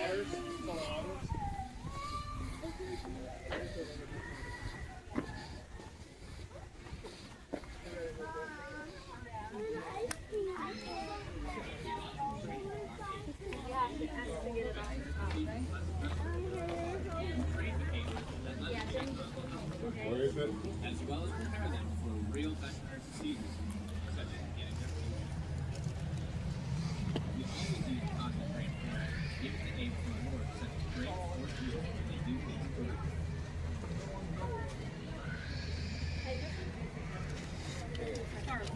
Scarlet Gray.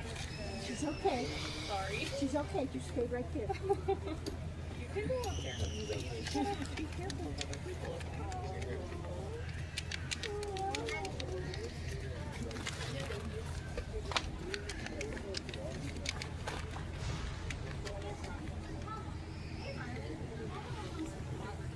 Every day besides the grass.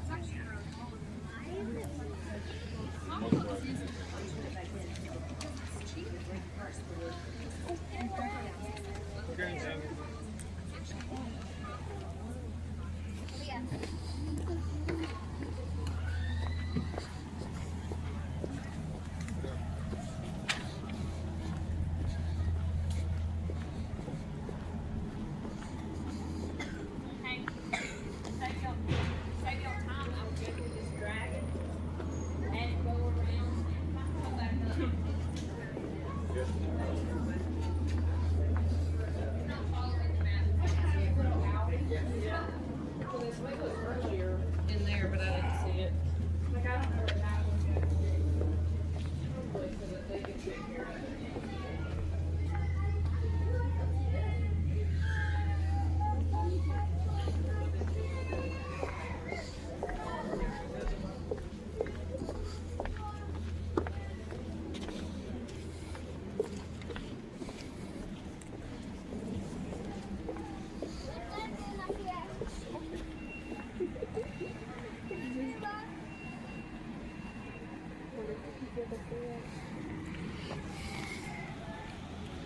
Oh, there's air conditioning.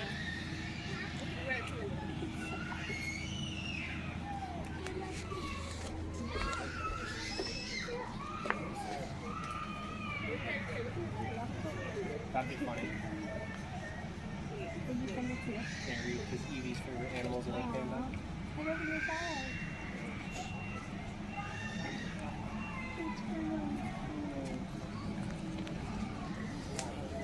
You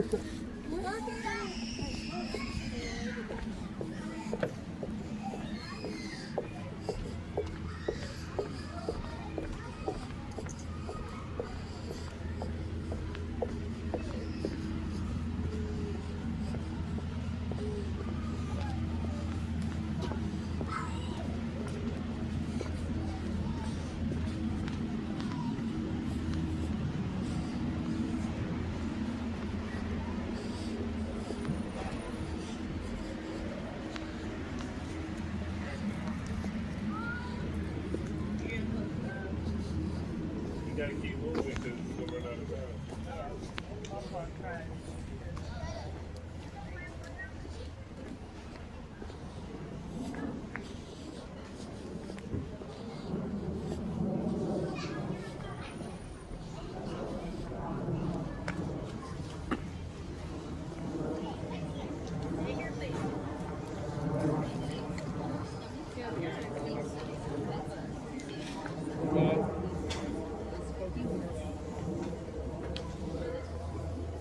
This allows us to see the babies before they are born and monitor their growth.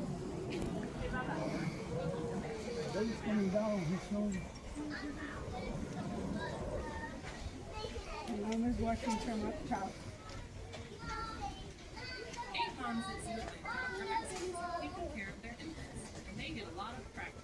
Because it is very important for eight babies to be raised in eight pens, rather than by people who Go down the road. provide most babies from eight foster mothers. Yeah. So weird. They looked at it. Look at him go. That's insane. It's so cool. Look at how strong he is. Go on. It's like all arms. Set this down.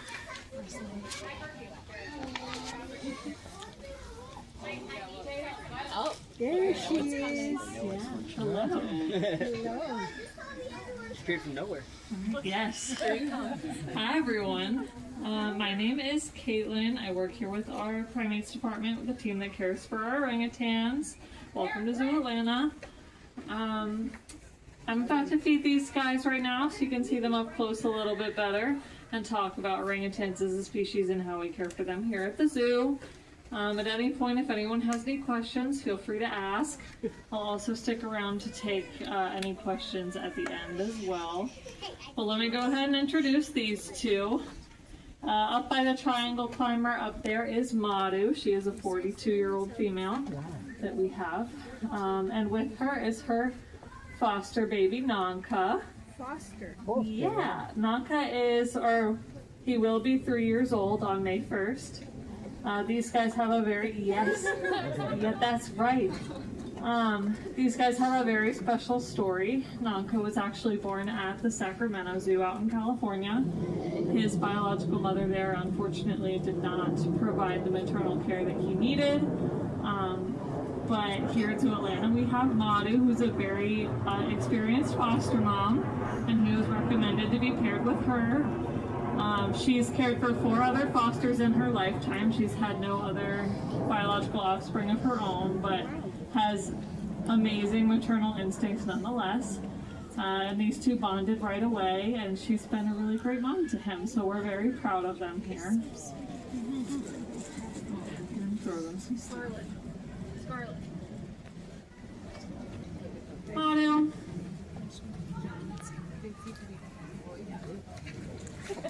These guys are 2 of 10 total orangutans that we care for here at Zoo Atlanta, ranging in age from Nanka, who is currently 2 years old, to Benny, whose birthday is actually today, and he's just turned 47 years old.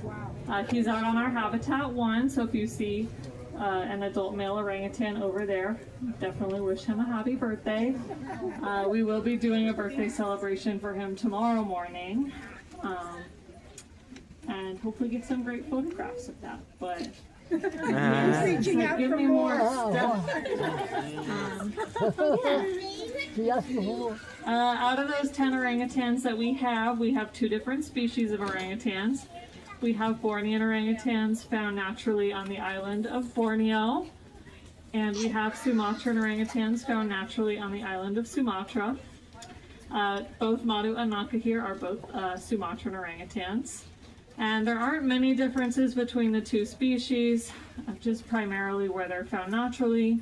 But other than that, they do have slightly different coloration in their skin and their hair.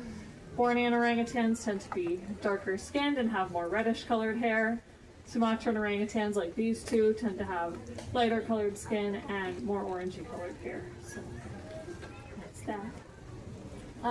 Both species are what we call arboreal, which means they spend the majority of their time up in the tree canopy in the rainforest. They get around using that arm swinging motion you'd see a child do on the monkey bars. The scientific term for that motion is brachiation. And these guys are very well built for climbing. They have really long wingspans and also have opposable thumbs on their feet as well as their hands. There. You can go walk right by Charlie. Another fun fact about these guys, going back to these guys' relationship, is that orangutans actually have the second longest infant dependency period in the animal kingdom. Can anybody guess who has the longest? Humans? Yes, humans do. It's us. We as humans are a species of great ape, just like these guys are. There are 5 species of great apes total, which just means that we do have a bunch of similarities to these guys, both anatomically and behaviorally. One of which being the infant rearing. Baby orangutans will stay with their mothers in the wild for up to 8 to 10 years, during which time mom teaches them everything they need to know about how to survive on their own, such as how to forage for different fruits, how to build their nests up in the trees, how to avoid predators. So that relationship is very crucial to their development.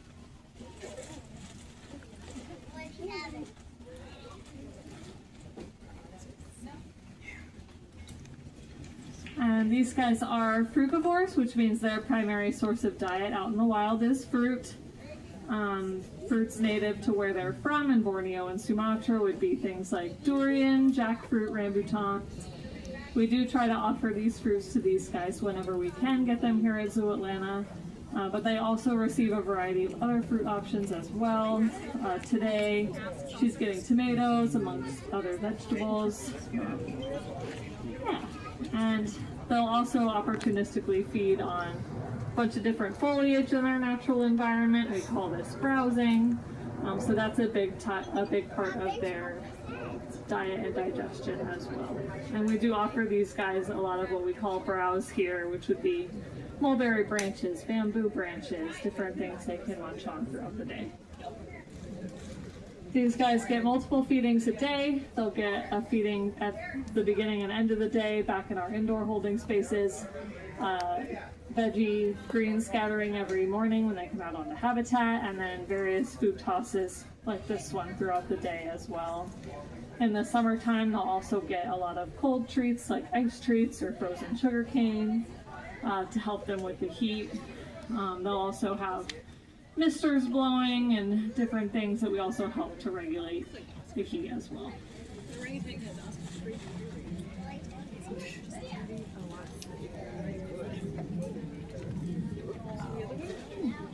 We do offer these guys some fun snack items in their enrichment and training with them. This would include things like peanuts, applesauce, oatmeal, raisins, popcorn. They of course love all of these things. And yes? Sorry about that. Do you see if they have like favorite foods or like will gravitate to a certain item or anything like that, depending on? Yeah, a lot of them definitely will. I feel like a lot of them tend to have the same favorites. We try to vary their diets every day as much as we can. But if we ever have like carrots in their veggie diet, they all want to go for the carrots. They love the carrots. We had an older female that really loved apples, so we would make her a lot of things with apples. Yeah, and they of course all of them love raisins. That's probably their number one favorite. Yeah. But we use things like raisins in their enrichment a lot of the time. Enrichment is something that we give to the animals multiple times a day. It's meant to stimulate them mentally and give them something to do, but also to encourage natural behaviors we might see them performing out in the wild. For these guys, what that might look like is we'll give them food scatters or some of those favorite food items I mentioned up high, so they have to forage for their food arboreally. We might also put some of those favorite snack items in a small object like a PVC tube, and then give them sticks that they have to use as tools to get the food back out. These guys are really big nest builders, so we might give them tons of different substrate or paper materials that they can use to build these really comfy looking nests. So we do a bunch of things like that for them. We also do a lot of positive reinforcement-based training with these guys behind the scenes, and they do participate voluntarily in a lot of their own medical care through training with us. We can ask them to get up onto a scale so we can get an accurate read of their weight. We can ask them to present their arm for routine vaccinations or to check their blood pressure or draw blood. And these guys will present a bunch of different body parts for us to check up on their well-being. We call this maintenance behaviors. This would be things like asking them to open their mouth really wide so we can get a good look at their teeth. I'll see if Miss Madu will demonstrate that for us right now. Madu, open. Yeah. She's very good at that. Did you see it? Good job, lady. We might also ask them for things like pressing their belly up to our protective barrier so that we can feel it if we suspect they might not be feeling well. So it's just a bunch of different things like that. If we do ever happen to have a female who's pregnant, we can also ask for that belly behavior to do an ultrasound reading and check up on the baby. And this is all stuff that we can do while they're awake, and it's totally voluntary on their part, so much better for their welfare that way, and really awesome that they let us do those things. Does anybody have any questions so far? How old could they get? In captivity, they can get up into their 40s and 50s. Uh-oh. Seeking mom for comfort.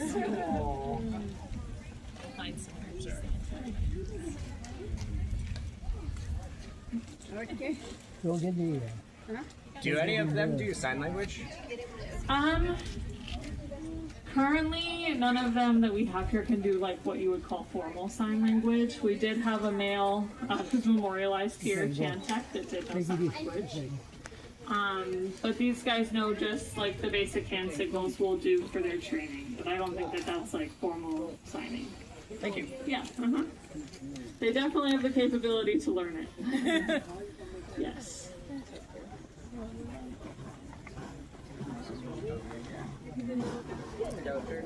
Thank you. Yeah, of course.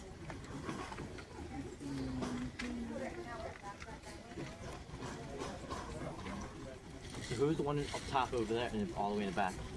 That is probably Polari. We have another mother and son pair back on that habitat. It is deceiving. It is a separate space. But yes, but he is a juvenile. He's 12 years old. How old do they become when they're full adults? Like mid to late teens, just like, you know, kind of the same timeline that we would mature, yeah. Yes. Thank you very much. Yeah, of course.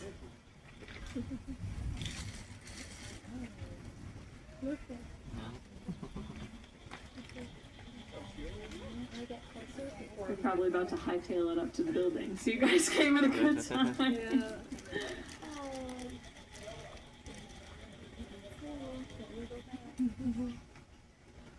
How old is the baby? He will be 3 on May 1st. Yes.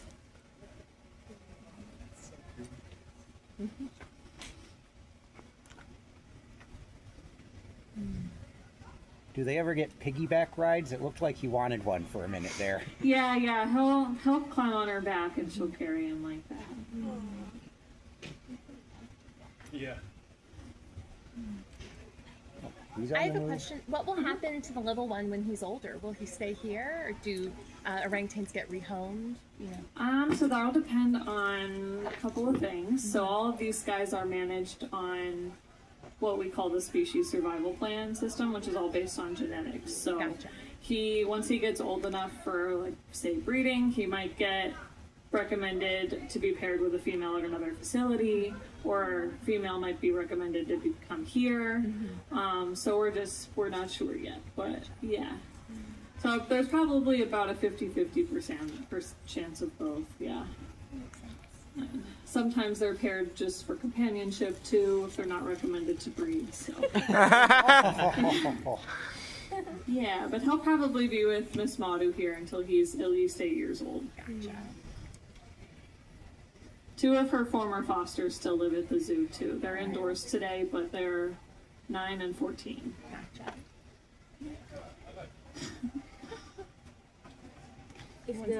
If they pass, are they buried here? So actually, we have a partnership with Emory. They'll do like a thorough necropsy, and then I think they handle whatever happens to the bodies after that. But it goes towards research. Does she feel any like separation when like the fosters get separated from her? What was the question? Like when the fosters get separated from her, does she feel any separation or any kind of? You know, I'm not sure. At least as long as I've been here, she was with her former 2 fosters before he came. Once he came, she was pretty much solely focused on him, so it's hard to say what her feelings were about the other 2. I mean, they still had visual access to each other all the time, but yeah, it's hard to say. I was very proud of our 8-year-old at the time. We thought she was going to have a hard time with the separation, but she did just fine, so. Yeah, exactly. It's insane. It's like they have 4 pairs of hands instead of 2 hands and 2 feet. Oh, that's crazy. Like, I know that. It's so amazing to look at.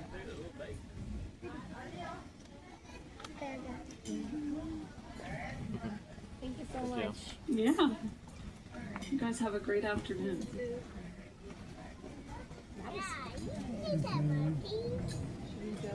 Get near a pavilion.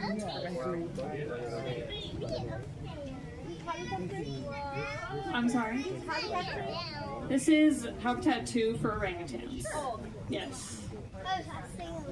There's a baby.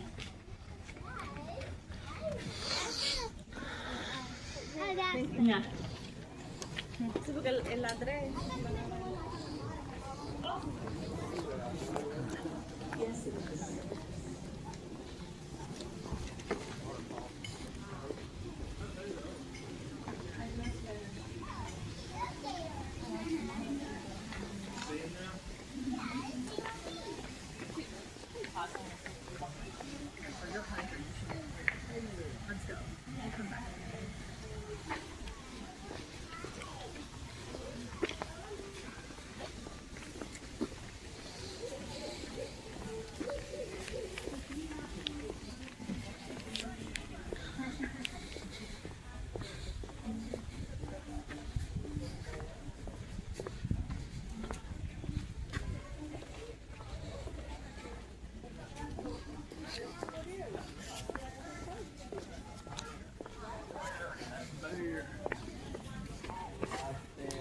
You don't look different though.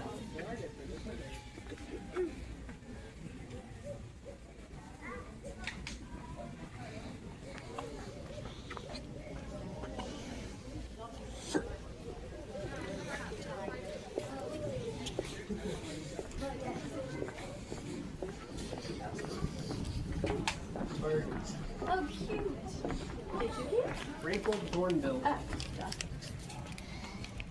Cute. I like the. What?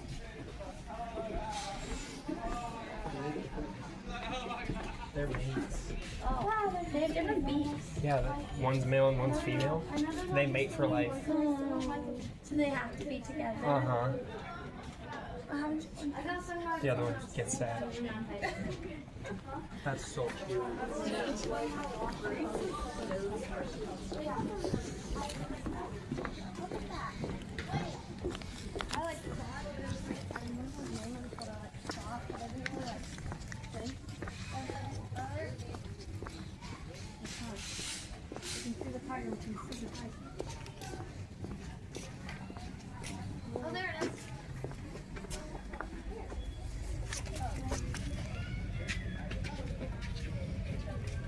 can see a tadpole right here. There's endangered.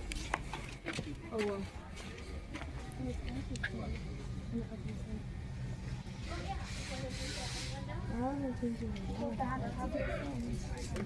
Yeah, let's go. Oh, I see it. See little stripes down there? Yeah.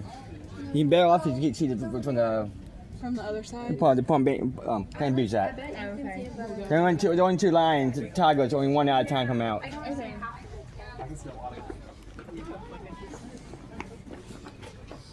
Look to the left in the ditch. Its body, you can see its head. Right there. Better off you go around and go to the bamboo area. You can see it, but you can better off to see the bamboos at.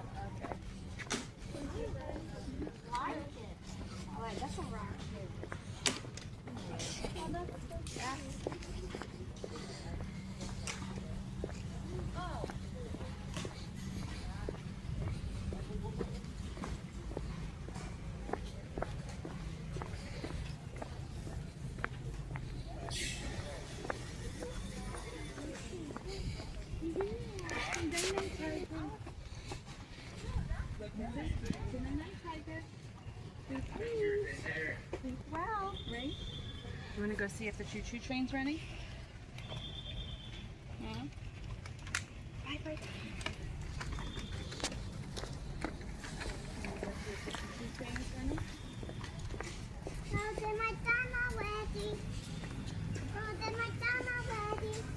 Got your cat for what?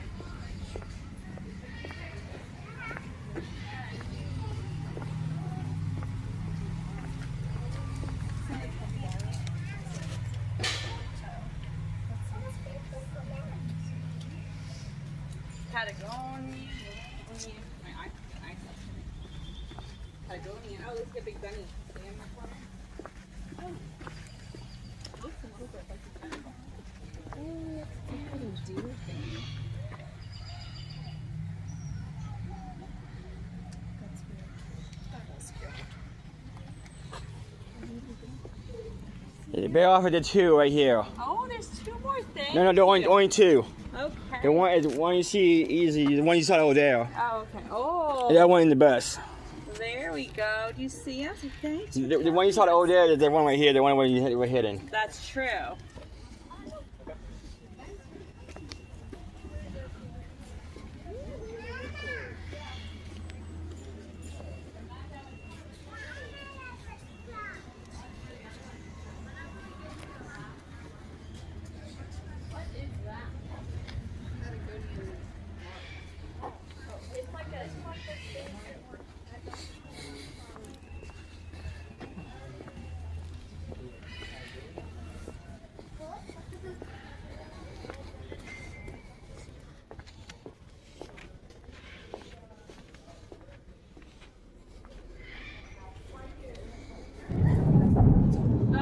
Sometimes when it rains, they might open the door and give them a chance to go inside if they want to, or they'll have access.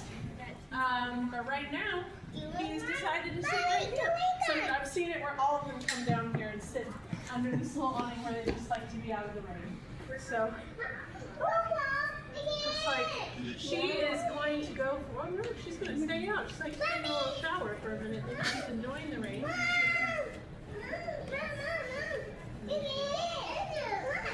An ant? So are any of you aware of Willie B, our original gorilla from the 1980s? Is our first gorilla here. I saw him when I was a kid in the 80s. This is actually his son right here, Willie B Jr. And then we, oh, hi, hello, hi. Never seen him up this close before. That's pretty cool. We have a lot of Willie B's extended family here, from his son, some of his daughters, his former mates. One of our, I think he recognizes my zoo blue. It says, do you have something for me? I'm wearing zoo blue, but I don't have anything for you. One of Willie B's original female mates, her name is Maki. She's living in Habitat 2, where we have two of our older females. On the 1st of this month, she turned 50. She's actually the 4th oldest gorilla in human care. So that's pretty amazing. We're actually known for geriatric ape care. We have done a lot of research on apes and aging, particularly great ape heart health, so they can get cardiovascular disease like we can. And we've done stuff. We were one of the first zoos to do things like wide awake blood pressure readings and echocardiograms. So they are trained to participate in those voluntarily, which is very cool.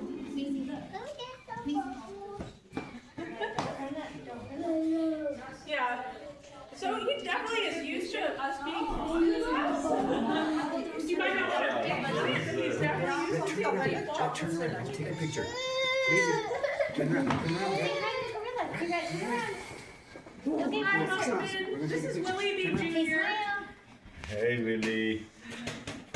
He's son of the original Willie B. That's who we have a statue of down here on the corner next to Willie B. Pizza. He was the first gorilla here in Savannah. This is his son. Go! It's Willie! It's hot. What? She's looking at me. She's looking at me. She's looking at me. Uh-oh. Oh my gosh. Nice checking. I know. Oh, yeah, there's some Funny shelter. Mia har kvar kapporna i dag. Put it down. Turn it off. One thing that's kind of funny about gorillas, sometimes when they come back to us, like, are they comfortable with us? They're definitely used to us, but we have different expressions than gorillas. For example, we like to smile and to flinch and shine your teeth like that is so important. It's a sign of aggression. So they probably be working on that. Smiling all the time.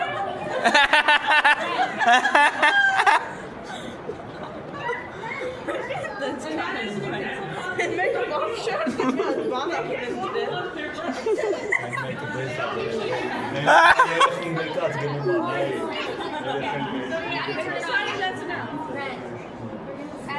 And that's Shalea and Willie B3, who is our 2-year-old. She's carrying him. So their door is probably open, and they've decided this is enough. We're gonna go inside.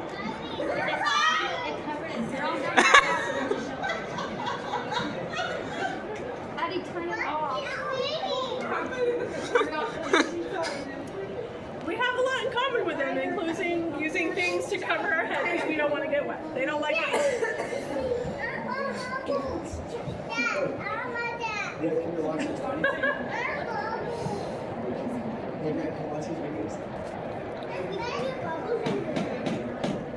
That was pretty cool. You guys got a really awesome up-close view. Actually, normally Willie B. Jr. is over in this habitat. We started swapping our 2 family groups. Usually Taz's family group is here, Willie B. Jr.'s group is there. So now they're getting to kind of go back and forth. How many total do you have? Right now, so we had up until recently, we had 19. We just sent 3 females to another zoo. I think San Antonio, they opened a brand new gorilla exhibit.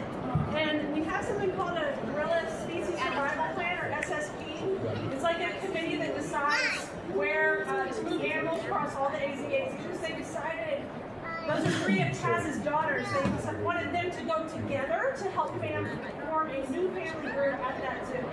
So they made this incredible new exhibit. Our curator was actually part of designing it. And then so those 3 girls got to stay together and start a new family. So, yeah.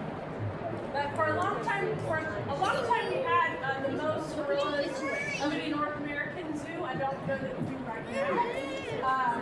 But we're definitely known for our primate research, and we also are really involved in gorilla conservation. And we have the Diane Fossey organization has pro bono activities here at the zoo. If you've ever heard of them, Diane Fossey, a really awesome work to help save mountain gorillas in Africa, in places like Rwanda, and that organization organization is still doing lots of work to protect gorillas, and that we provide free of charge. They have their headquarters space here, right? In Innocence.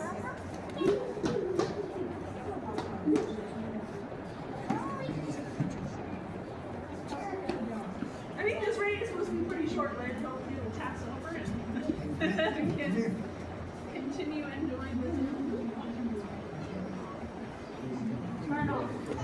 Does anyone have any gorilla questions while we wait? Let me know.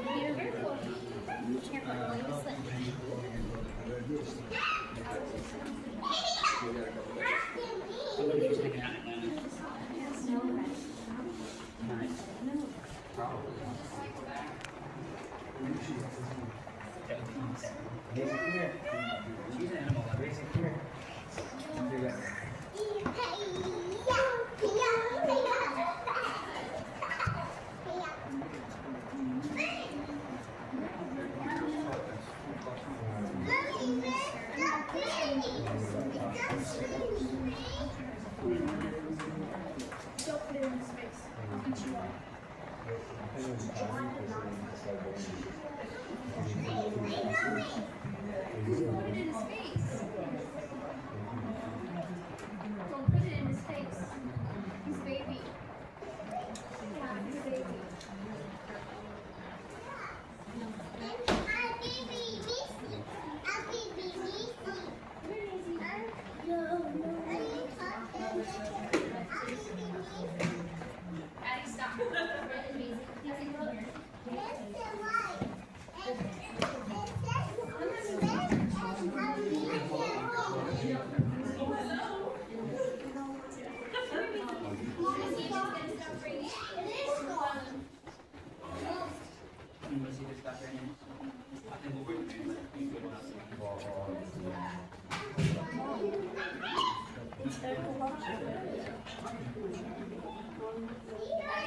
Eddie, no. Eddie, no. Eddie, no. No, Eddie. Eddie. 1, 2.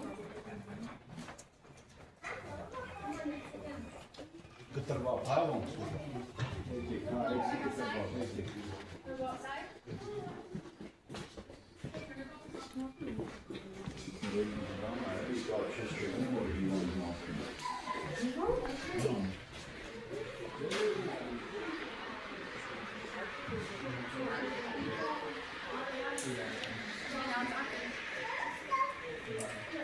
Donkey.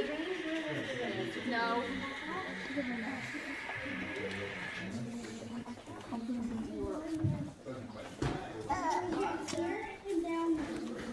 Wanna go outside?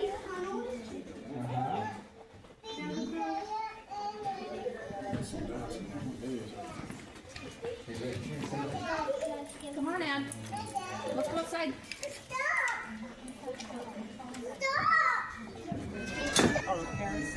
All right, everybody, after our extended break, we're back.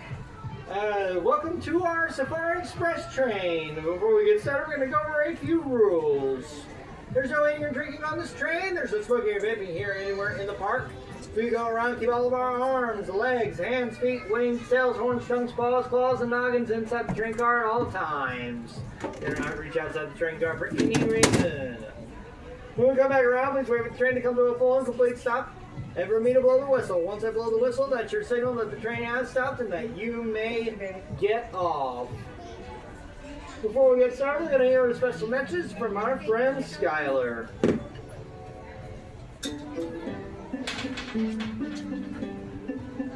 Hi friends, welcome aboard the Safari Express. I'm Skylar, your guest conductor today. I just received an exciting mission from our head animal keeper. Every animal has a superpower. Your job is to find out what makes each one special. So hop on and let's go discover nature's real-life superheroes. Thank you, Sky. We're ready to go. Can I get an all aboard? All aboard!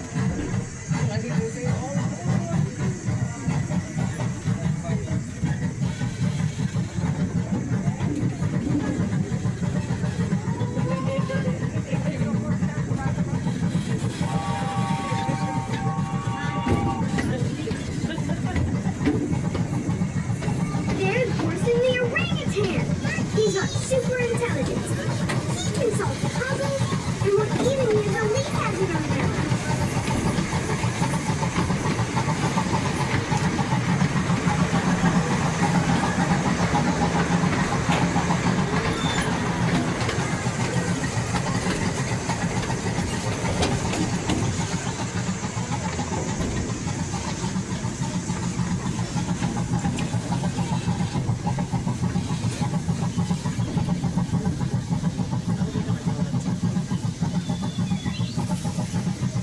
See Ollie and Archer the red pandas on that branch? They are super balanced. Let them climb way up high without slipping.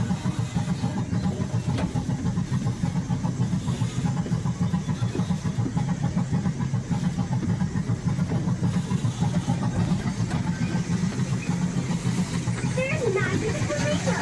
Just super